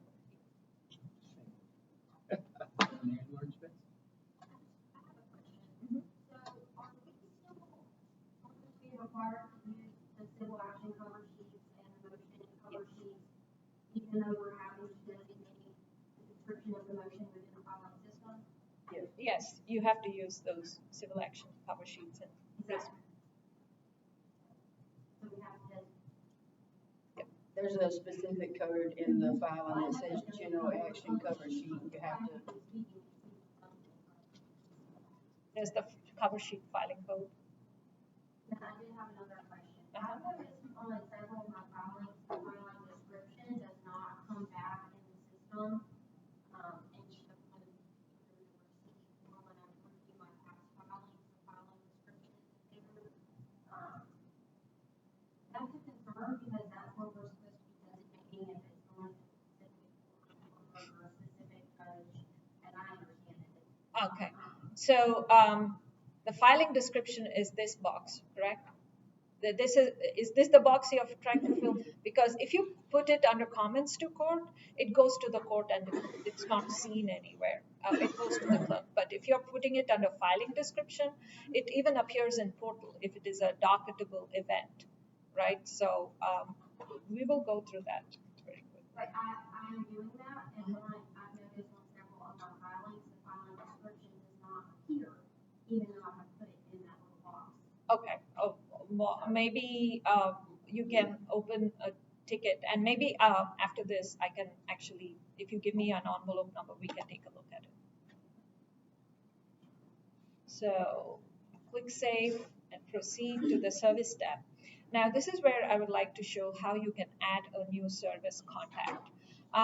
So we have two parties over here, and you can add a service contact by clicking on Add New Contact. And the service method, the only option is electronic service, which means it is served through email. That service contact has to be associated with one of the parties. If there's no party association, you would choose other. And forgive us for the names over there. They're really not valid names. But So if we don't have the contact information email, you can't serve via e-file. right? You'd have to do it the old fashioned way. Yes, that's correct. You need an email. It's a required field over here. And if the recipient doesn't check their email, is that still considered service? Or it's sent. They received it. It's on them to check their emails. So, yeah, you would reach out to them to ask what email they would want to be, like what are the emails they want the service to come through. They may have multiple, so yes. As I understood it, you were not supposed to be adding other people's content for this purpose. They have to sign up to receive service. Yes. We can't add. There is a rule, yeah, there is a rule, rule 5, that they have to be, they are to receive service and it has to be recorded as part of the case, like their contact information. Okay, a couple of things. A lot of lawyers don't use cover sheets. Cover sheets is one place you get the email address. Arguably, that constitutes their email address of record with the court in the case. They don't use the cover sheet before Odyssey. We don't have that. You can serve a party if the party agrees to accept service by email. It would be my hope eventually that the certificate of service, as the rule says, will be generated by Odyssey. And that's also in the rules. So we cannot add, my opponent cannot add me as a person they've served through Odyssey until I sign up and say, I'm a service contact. Yeah, or you want to be served in that manner. So your email should be part of the record. Otherwise, they can't serve you. So yes, yes. I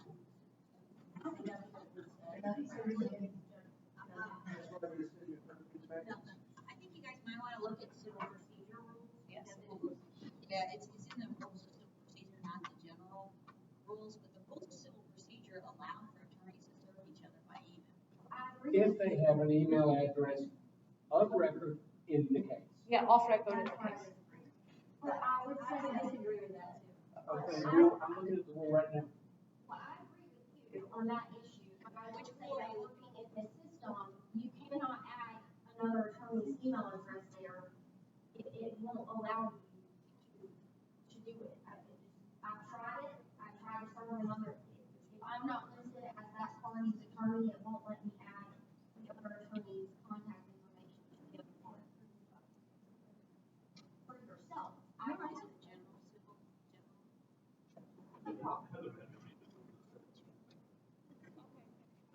Maybe the email that you enter here, it will allow you to enter any email, a fake email also.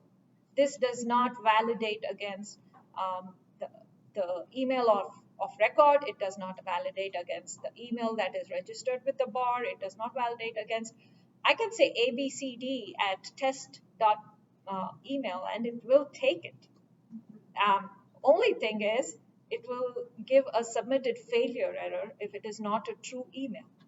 So I would note it says add your email address below. So when I'm trying to serve another party's attorney, it would not let me do it. So I can attach that attorney to the other party. okay, so you did click on the add service contact button. Then I think a screenshot would be very helpful to this thing, but for today's purposes,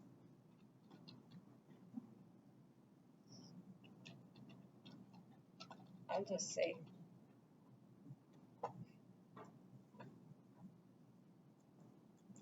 I can say test@gmail.com. It's not a true email, but it will take it. So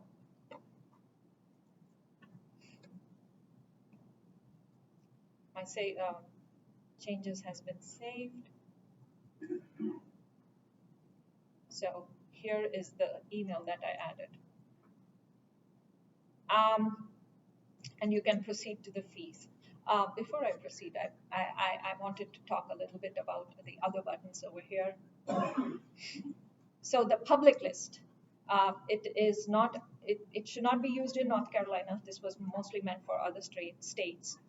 Firm list. So if your firm deals with certain attorneys or other service contacts very frequently, you can create your firm list and add, when you're creating, when you click on add new contact, you can add them saved to your firm list over here, and it will add to your firm list. That is what firm list is. You can add yourself as a service contact, so that's that. But ad hoc, if you then and there, if you need to add a service contact, you click on the add new contact, or there is the service contact page, which lists all the service contacts, just like how the list of users and attorneys for the firm are. This is where you can manage all your service contacts. Yes, sir. Does the add me track so the other attorney sees I've been added as a service contact? Because I can certainly see attorneys of record. That doesn't make them service contacts. So when I hit add me as a service contact, am I then available to be served? That particular filing. In that case. For that filing, again, yeah, this is per transaction, per submit button. So not for the case, because a few months down the line, you may not be the attorney of record, right? There'll be some other attorney. So yeah, for that filing, yes, but not necessarily for the case. So I don't know, I've been outside for most of the presentation and where we are in the presentation. But it sounds like you have great questions, but I'm really mindful. Yes, yeah. If folks want to see the portal, I just want to know. Yes, I will. So everything else is the same as initial filing. The steps of fees and summary. Very quickly, I just want to wrap up with the support. Where can you report issues? Where can you find more videos and things of that nature? So, yes. One big question.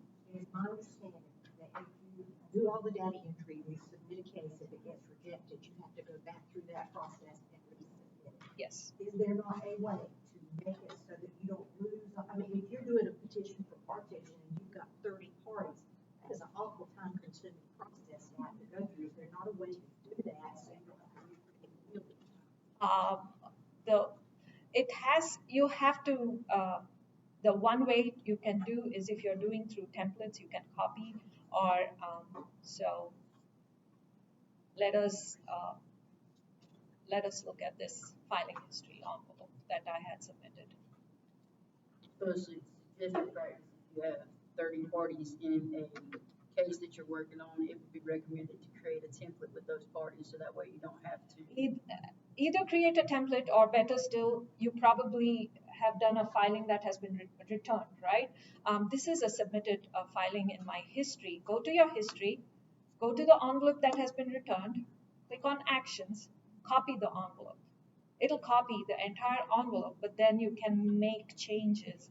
So if I submit a petition for partition, get another case, and it gets rejected, I can get the rejected envelope, copy that again, and resubmit.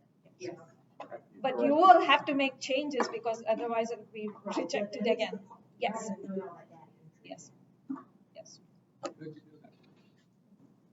Very quickly, for your support, there are two options. One is the chat bot. You click on the yellow icon that says support and begin typing your question.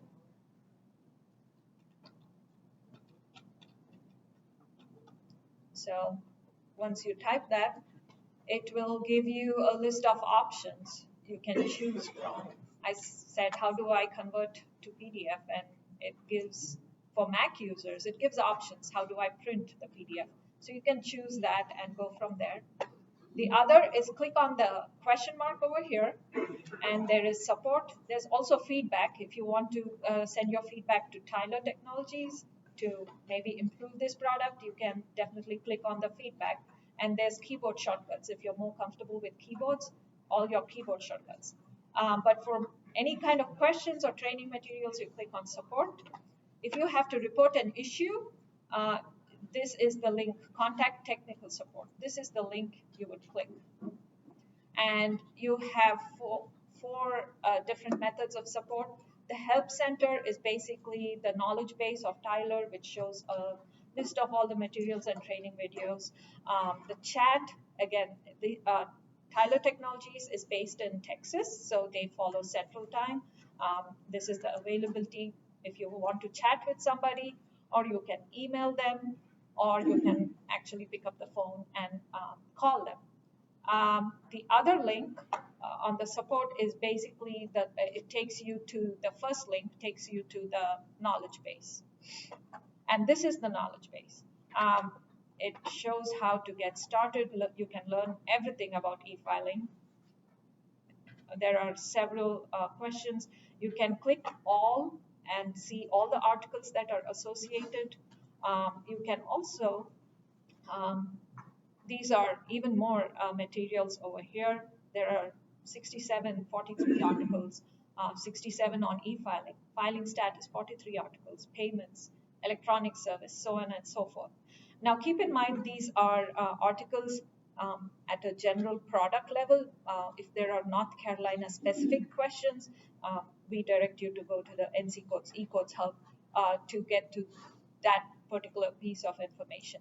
Training, there are several training videos. All of these are webinars or training videos. So how to set up a firm account, how to start a new case, or how to add a payment account, things of that nature. The last portion is state specific. We are still working on trying to build this for North Carolina, like all the materials that will be published will be something like this. So each state has their own materials over there. Soon we will have North Carolina materials as well. So that concludes my demonstration. I would like to pass it on to Marjorie to show her portal. But before that, are there any final questions or answers that I can answer?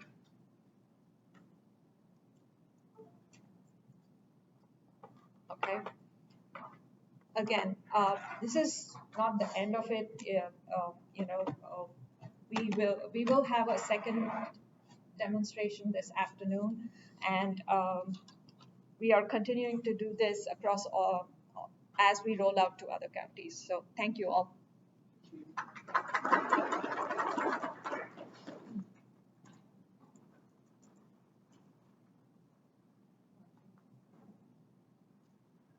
Close the windows.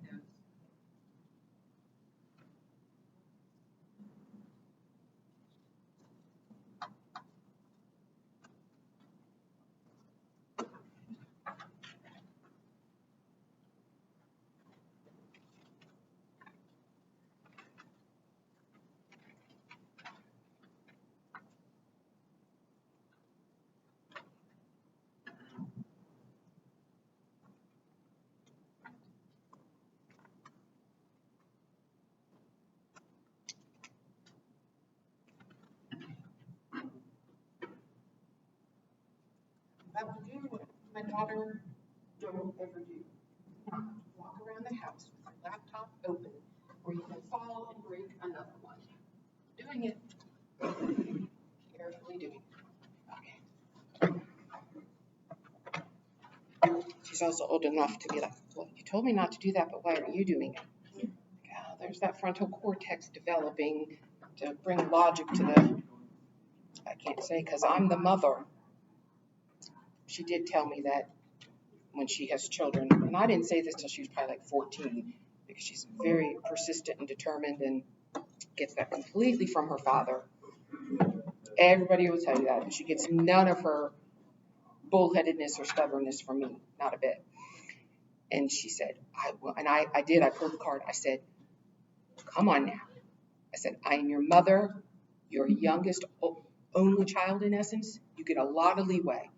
There are some times when I say no, you just need to accept no. She kept pushing back, and I said, she's like, but what, Dad? I'm like, because I said so, I'm your mother. And her indignancy, she's like, Well, I can tell you, I am never going to say that to my children. And I said, let me write that down. I said, I cannot wait till you come back and say, Mom, I'm so sorry. Because I said, we've already heard it from your older sister. And she's come back and apologized for all the things she did as a teenager, now that she's a parent herself. So, did you send that to me? Yes, thank you for reminding me because I would have forgot. So let me put that down because I closed everything else so that I wasn't showing the world to me.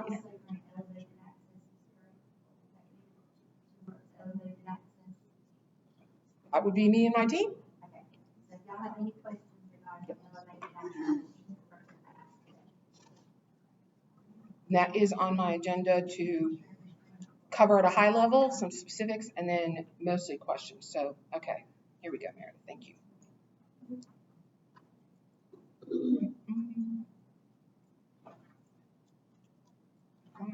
Screen. There we go.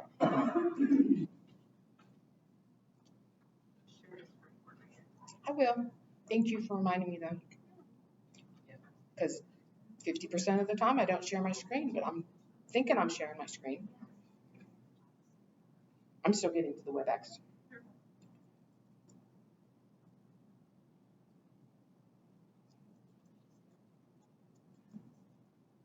Still getting to the WebEx. And I'm on my Wi-Fi, but it's slow. Okay, now I can join.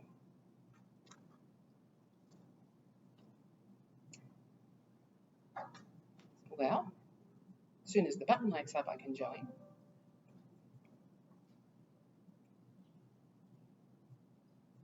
Holy moly. There we go. Oh, it just showed me my face. I think the only thing worse than hearing your own voice in recording is then looking at your face in front of a group of people. It's still connecting, so thank you for bearing with me. No, I should not unmute myself in the meeting, right? Because that thing is recording me for all posterity, right? I do in the meeting? Okay. And then I need to share my screen, just like if I was sitting in my cubicle. Okay.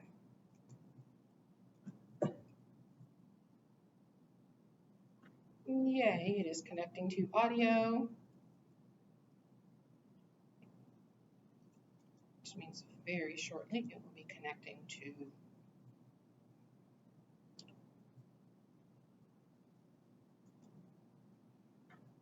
document. Oh, let me turn off my video. There, stop video. Unmute. Okay, we might be all set now. Did it kick me off of sharing? Yep. Let me share again. There we go.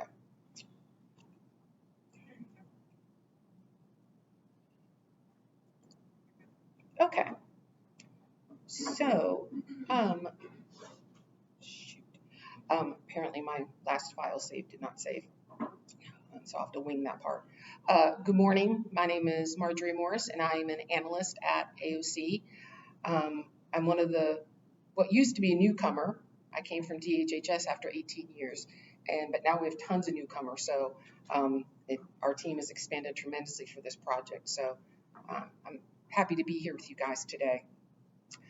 I am the portal team lead and have lots of other team members that work with me in leveraging what we can leverage of the technology, what exists, what's off the shelf versus what we can change. And so I'm going to go over just real high level and then just go from there, open it up for questions, because we could do an entire demo on just one portlet for half the day. There's so much, because we have smart search, then we have the search hearings, plus we have judgment, which was specifically designed for North Carolina, and then we have payment. And so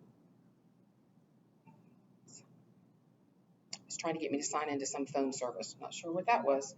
So I was informed that the primary focus today would be smart search, which kind of goes into elevated access. So I'm going to keep what I say at the beginning little. Yeah, please just go ahead and interrupt. I can speak at a high level to that, and but our two SMEs for that are not here. So whatever I'm not able to answer, then we definitely can get you an answer for that. So let me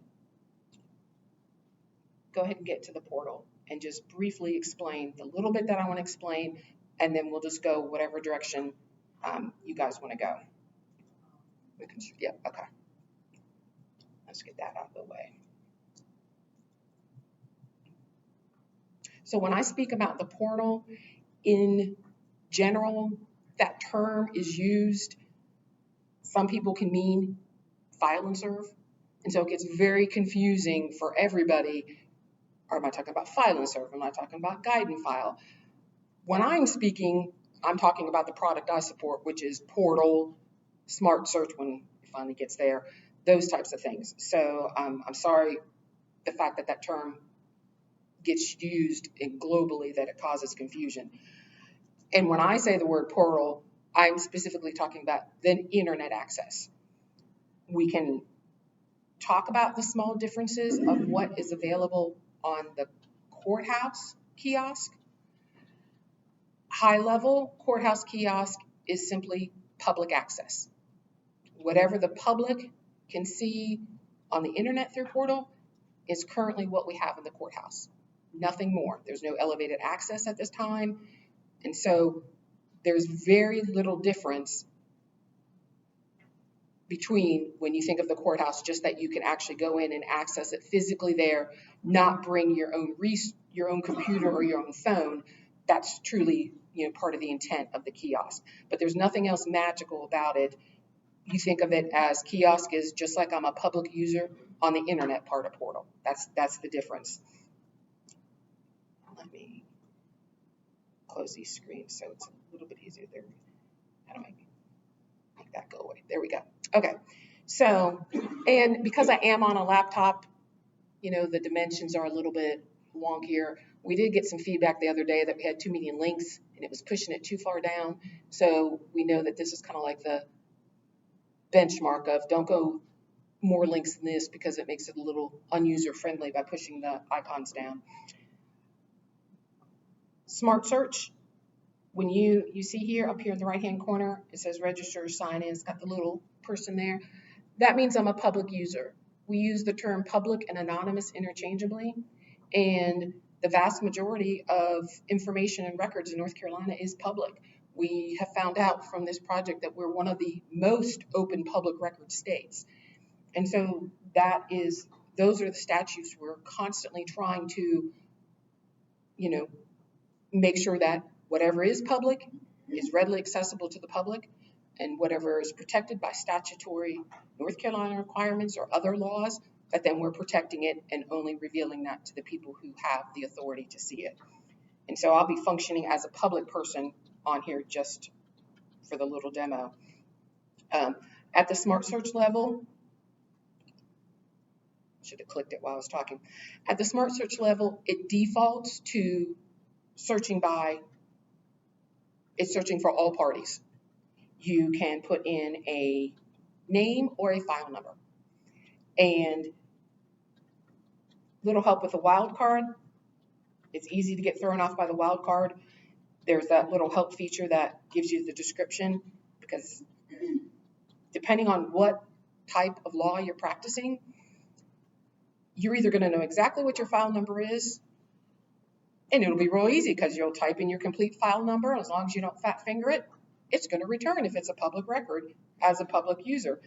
When you get into like the real estate bar, we've been meeting with them on judgment search and their different needs. They're primarily looking for things for title searches, so they're doing more wildcard searches. And so I'm going to do the one example that you guys brought up earlier of how are the cases actually converted for civil. This is just one example. Civil cases for 4 pilot counties, whatever our date of cutoff was, I don't remember off the top of my head, when our data was cut off, that was the last thing put in legacy system as of that Wednesday or Thursday, whatever that date was. Everything up until that point for civil, CVD or CVS, that still exists. And I'll show you, because when we do a search, and sorry. I've been over there doing a few searches, and so I always failed these. Honest to goodness, I failed these before Portal, and now I'm like, this is crazy.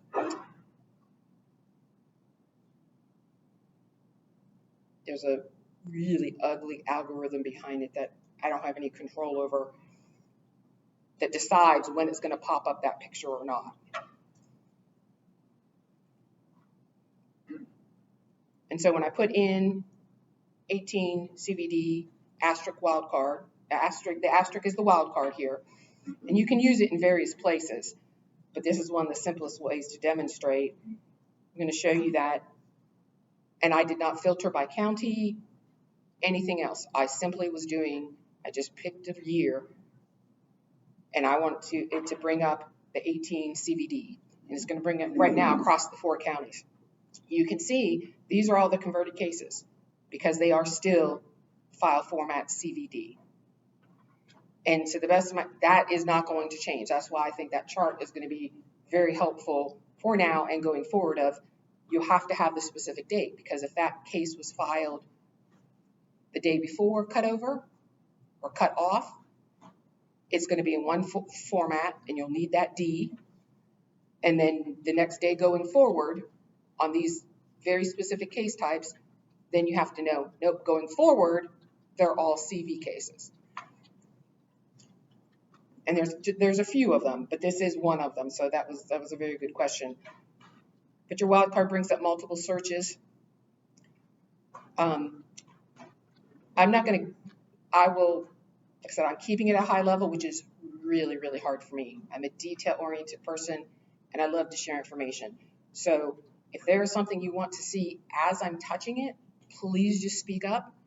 If we need to go back, that's fine too. Why did that come up? So when you conduct a search and maybe you don't see the results you want, or you get too many results and you're like, well, I didn't really expect that many. At any point in time, you can click on Smart Search to come back, and you can either alter what was in there for your original search, or you can start applying advanced filtering.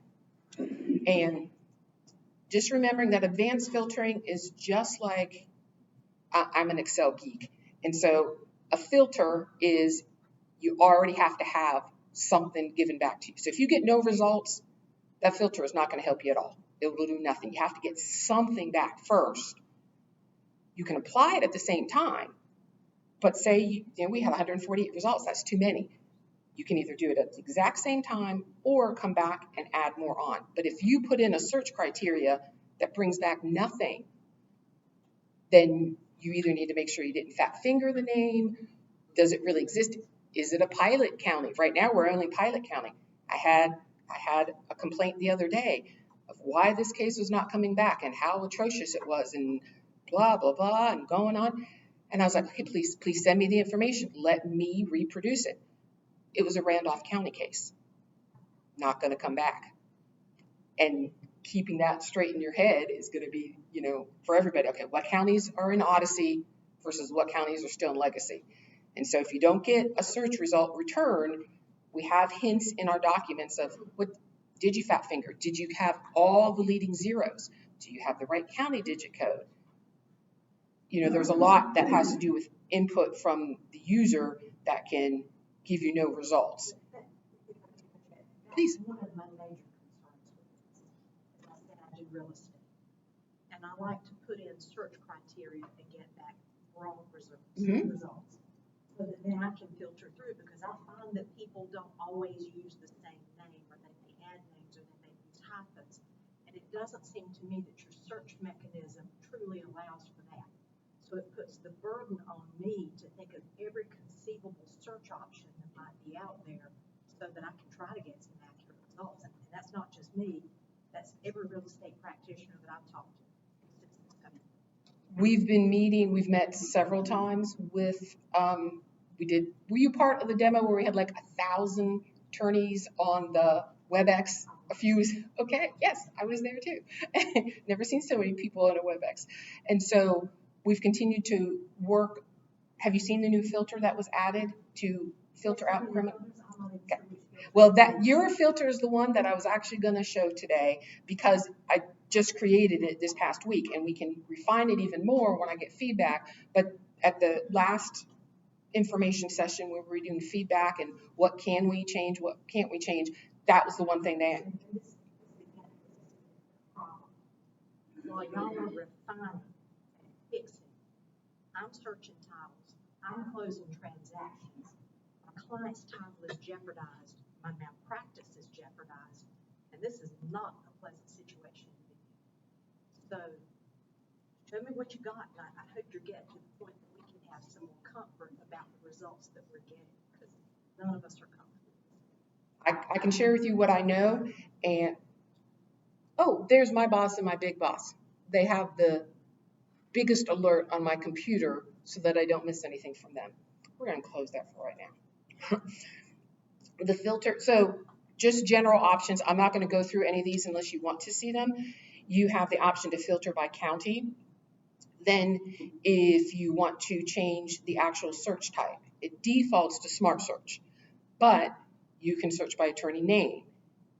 If you're looking for a business, this is very significant for bondsmen. Bondsmen in Odyssey as a party type, they are a business. They are not a person. So that causes a lot of confusion of how do I search for bondsmen? But these are the various mechanisms where you can change. I'm not just going to search by a file number, and I'm not just going to search by a name, depending on what your business need is and what type of information you're looking for in Portal. Because remembering a portal is simply a window into Odyssey. That's all it is a search engine where we put all these rules behind it of what can and cannot display. But that's all it is a window into Odyssey. And then date of birth, that's one that had a lot of questions about. Again, I'll demo it if you want me to. Otherwise, I'll just explain it briefly. You put in a name search, and it pulls back, 100 people. And you're like, well, which one is mine?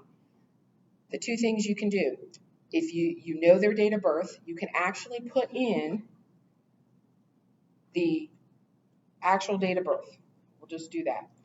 And you can actually type it instead of trying to use the calendar. That calendar thing, I'm thinking that's not really helpful because wouldn't everybody I'd be searching for? I mean, everybody's more than a couple years old that I'm searching for. So you can actually type in the date. And if you're going to use it as a filter for one person, that specific date, you just type the same date in the from and to. And remembering that criminal records are predominantly the ones that have date of birth captured. The vast majority of any other record type does not. Your clue on Odyssey, in Portal, whether or not we actually have the date of birth on that record, is you'll see it masked. Have you done searches where you see the XXXXXXXX? Let me go. I'll go show you one. Did I lose my thing? There's my search results. So we'll pull up one. Oh, these are criminal. These are civil. And I did it by a search. Let me do by name, because this is, I know, one that I'm trying to figure out how to communicate it, because I've been dealing with it a long time. And so I know it's more intuitive to me now because I've been working with it a long time. But I remember what it was like in the beginning. And so I'm trying to learn ways to convey what's in, oh Lord, bicycle.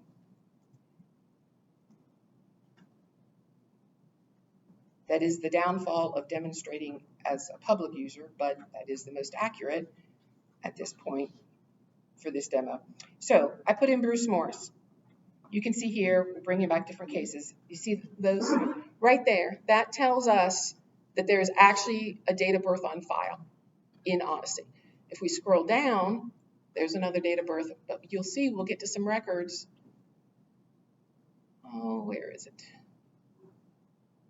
Well, I know.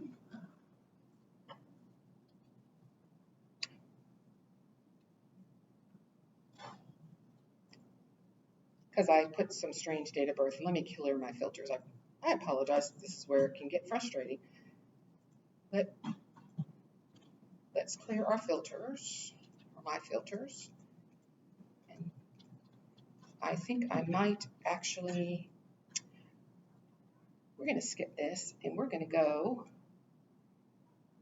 I'm logging in because it'll still simulate being public, but I have my thing turned off, and that way limit frustration on having to do that for everything I demo. Because at this point, the algorithm is very angry with me, and the artificial intelligence is like, nope, she's doing a lot of searches. Let's keep hitting her with the CAPTCHA. So we'll get rid of that. Okay, so I cleared my filters. So we're going to search.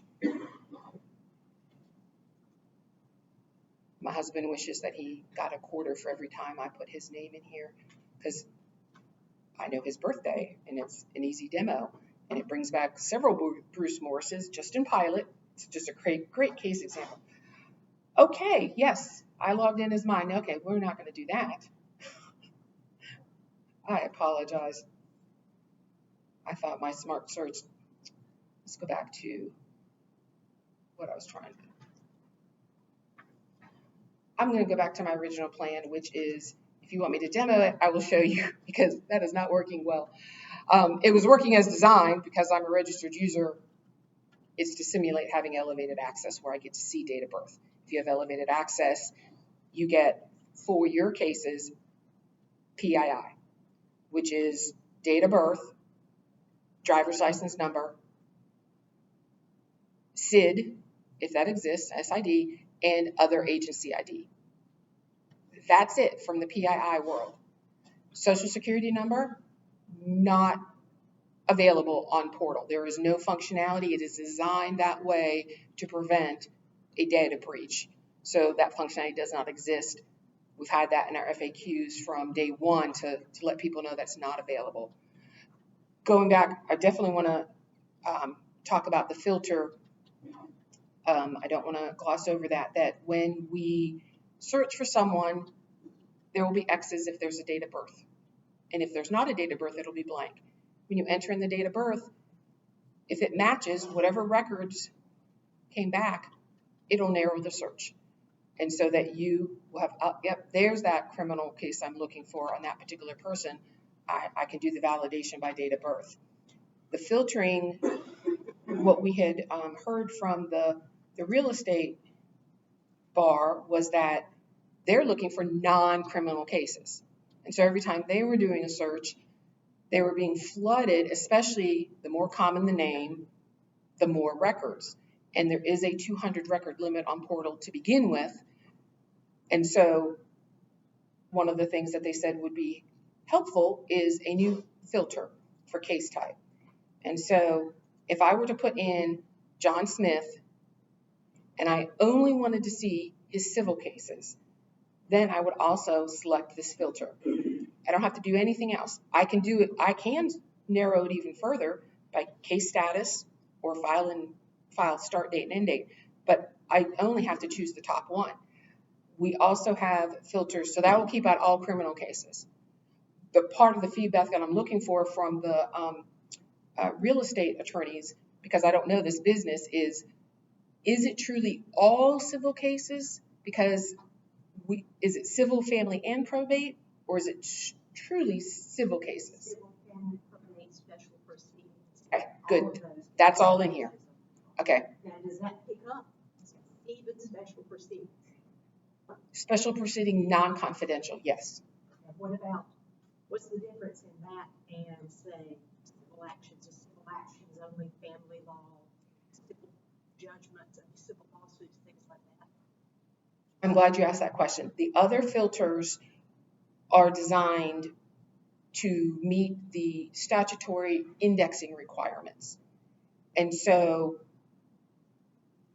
I'm wondering if we published that. We worked with OGC, and we might not have a chart. That's a very good question. Let me, each one is, so civil actions are what fall under the statute of indexes. There's like 6 or 7 different indexes, but I think we need a filter chart to tell people what that means. We got the feedback from some attorneys and OGC where they're like, civil actions, that terminology is accurate, but we need to do the case types.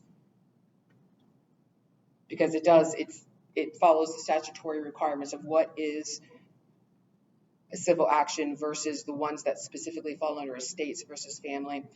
We also recently added incompetency. That was a request as people are doing sheriff's offices and places are doing background checks. Yes. Yep. Criminal. Right here, this is everything but criminal that is public record. Yep. And so, yeah, some clarification on, especially if these filters grow, we create them based on, this is a very simple thing for us to do. Well, me. It's a very simple thing to do because it's all driven by case type. And now we have like a bazillion case types with Odyssey, but that's why it's driven by. And so if there's a specific case type, we can do, incompetency brings back one case type. But for that one user group that needs to be able to focus in on incompetency and they're doing a wildcard search, that one little filter is important to them, just like registration.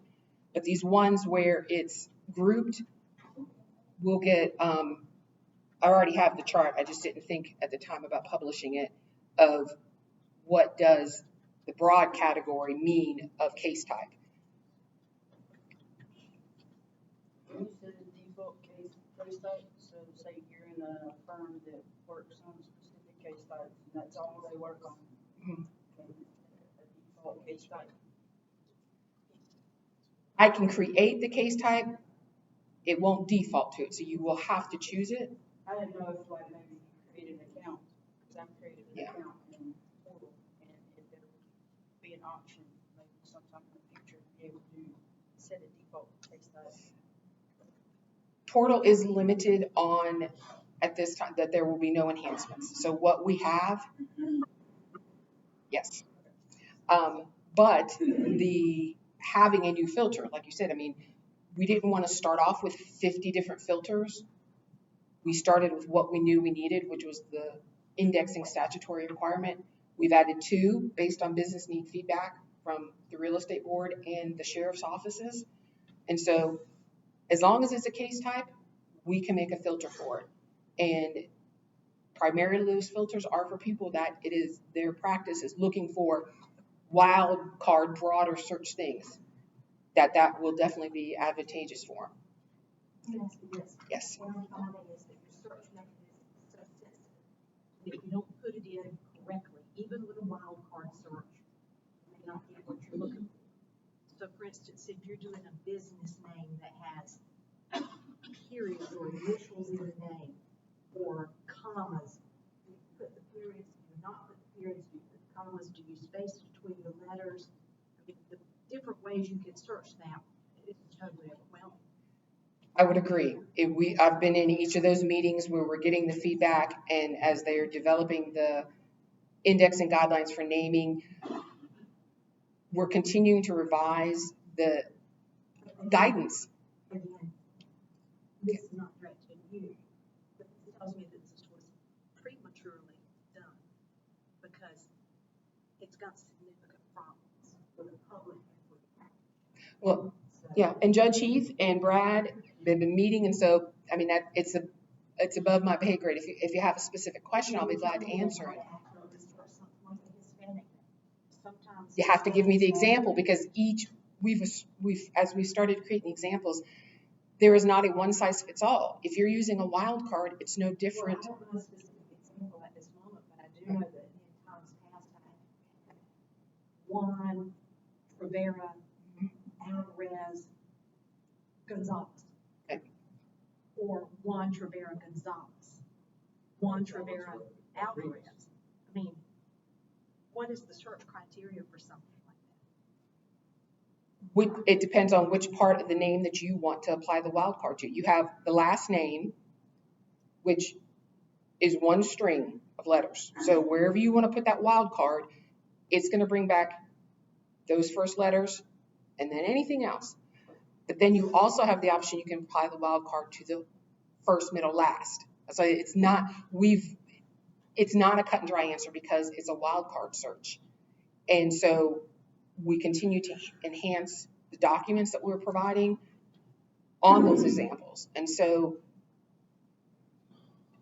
there are examples that cover broad things of, hey, if you're putting this in, that's not how it's going to work.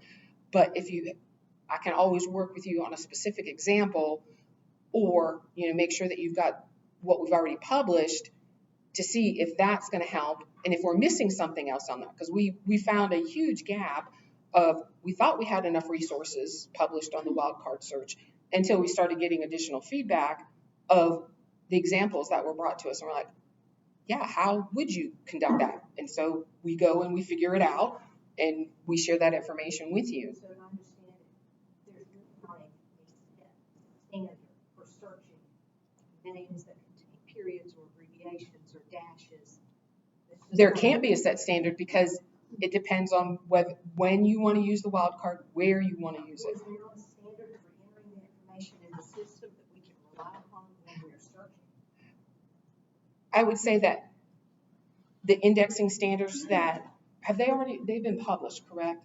So going forward, the indexing standards have been published of trying to ameliorate some of the issues of wildcard search based on legacy information. We can't change the legacy information. So it's incumbent on the system to figure a way out to do that. Yes. When you're doing wildcard searches and looking for people and names, yes.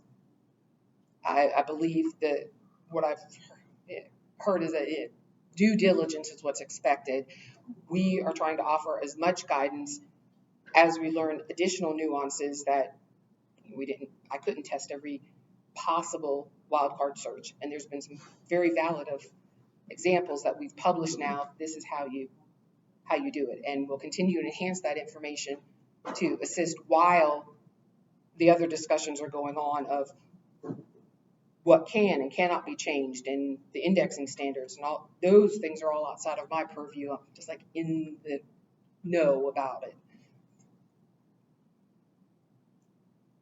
What is the difference in a smart search for a standard name versus a business? A business name is one long name. That's how it's stored. I just admitted that I searched for a company called Lemon Tree, just as a standard search, not a business search. Is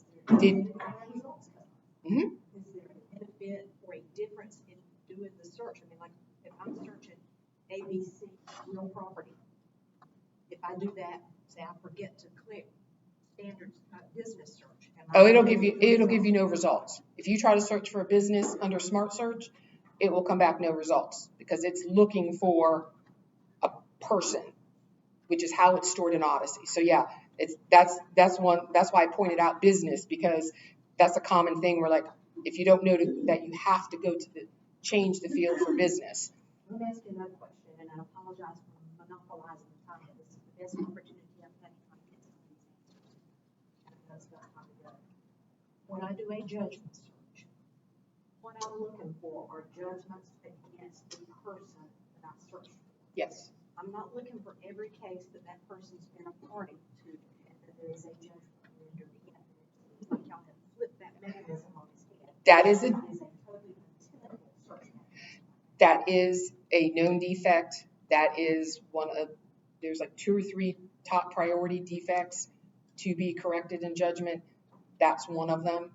I don't have an estimated time of correction, but that is one of the top 3 defects to be corrected on judgment search to get rid of that issue. If I'm searching Gibson, who is Yep. popular real estate. It brings whether it's for or against. Yep. Judgments I gotta look at and try, can you just answer, if I search for Ronald Gibson and I get 500 results, and none of the names that come up are Ronald Gibson, am I assured at that point that those judgments are against people other than Ronald Gibson? Or can it be somewhere down there, oh yeah, there was a counterclaim in this, and he in fact does have a judgment against him, but it's not, his name's not popping up. The name that shows to you when it's really confusing because of the defect. The name that shows to you is one of the parties. And so if you don't see Ronald Gibson, that means that he's the other party to the case. And if you click on it or the other judgment, you see it. Once the defect is fixed,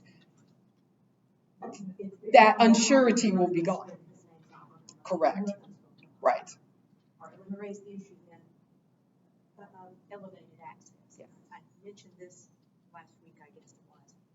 Very often we have tax liens and other liens and judgments that require a social security number and to be able to eliminate them as party involved in my transaction. Right now, I can't get access to that information. No one can. You have to use other PII.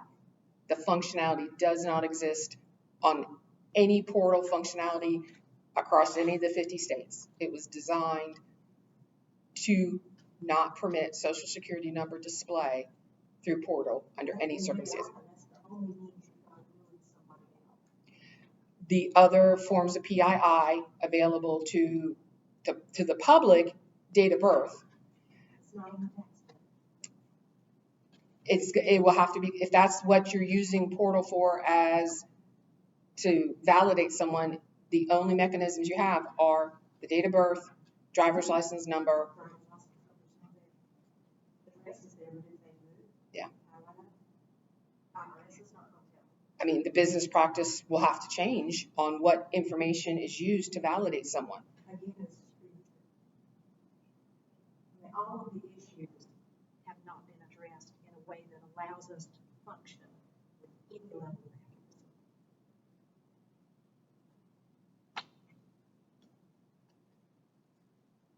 I'm closing a $5 million deal, and I don't know that I'm doing an accurate judgment. I don't have a choice. My clients are not going to sit back and wait for this to get resolved. They got money in the game.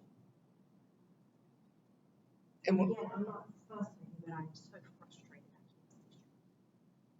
Where these guys are frustrated because their filings are not getting done. You have different pain points. Yeah. Yes. Another big mistake with mine is when she gets through a practice, the state gets interplayed. I think that may be on their awareness level after meetings. There have been many meetings of. Yeah. Tyler, if you said they're not going to change portal, Tyler set it up. And of course, Tyler's, they're going to say that he's going to protect. What I meant with portal is a frozen product, as in there are no enhancements to it. I mean, Right off the shelf. yes. Everything's not the same in every state. What he's looking for as a domestic lawyer is not the same thing I'm looking for as a real estate lawyer. I got a case where, for some reason, the attorneys agreed to merge the 50B domestic violence action into the Chapter B domestic action. I love that.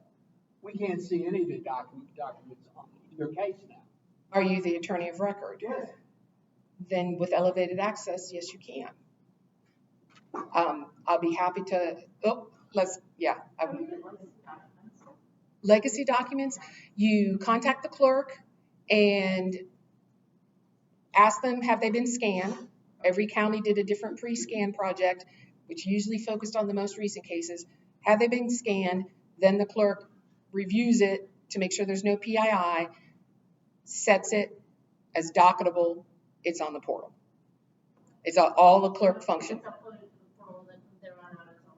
If it's public, yep. And when it's not public document, if it's elevated access, then those people see it, but the majority of documents are public. Yeah, you contact the clerk specifically about that case. and ask them about it, because that is entirely a clerk function, because there's how many thousands, millions of records out there from pre-legacy. Presumably it's scanned, but it won't be uploaded to the portal until the attorney requests it. That's that. It is not all scanned. I've seen the pictures of rooms of it. They scanned recent cases, but they have the capability. You call about a particular case, ask them, I'm looking for this particular document or the entire file. Yeah. And then whatever their process is of how they prioritize and do that, then yes, the functionality exists for them to image it, redact it, and publish it. So we appreciate Oh, all of you coming today. I'm going to call her so Thanks. our folks can have lunch before we do this again at 1 o'clock. So you're welcome to come back. But absolutely, keep giving us your feedback, because that's the only way we make the changes, like the filter. It's the only way The that things you that we can let change. people know that you're dissatisfied, that you are satisfied.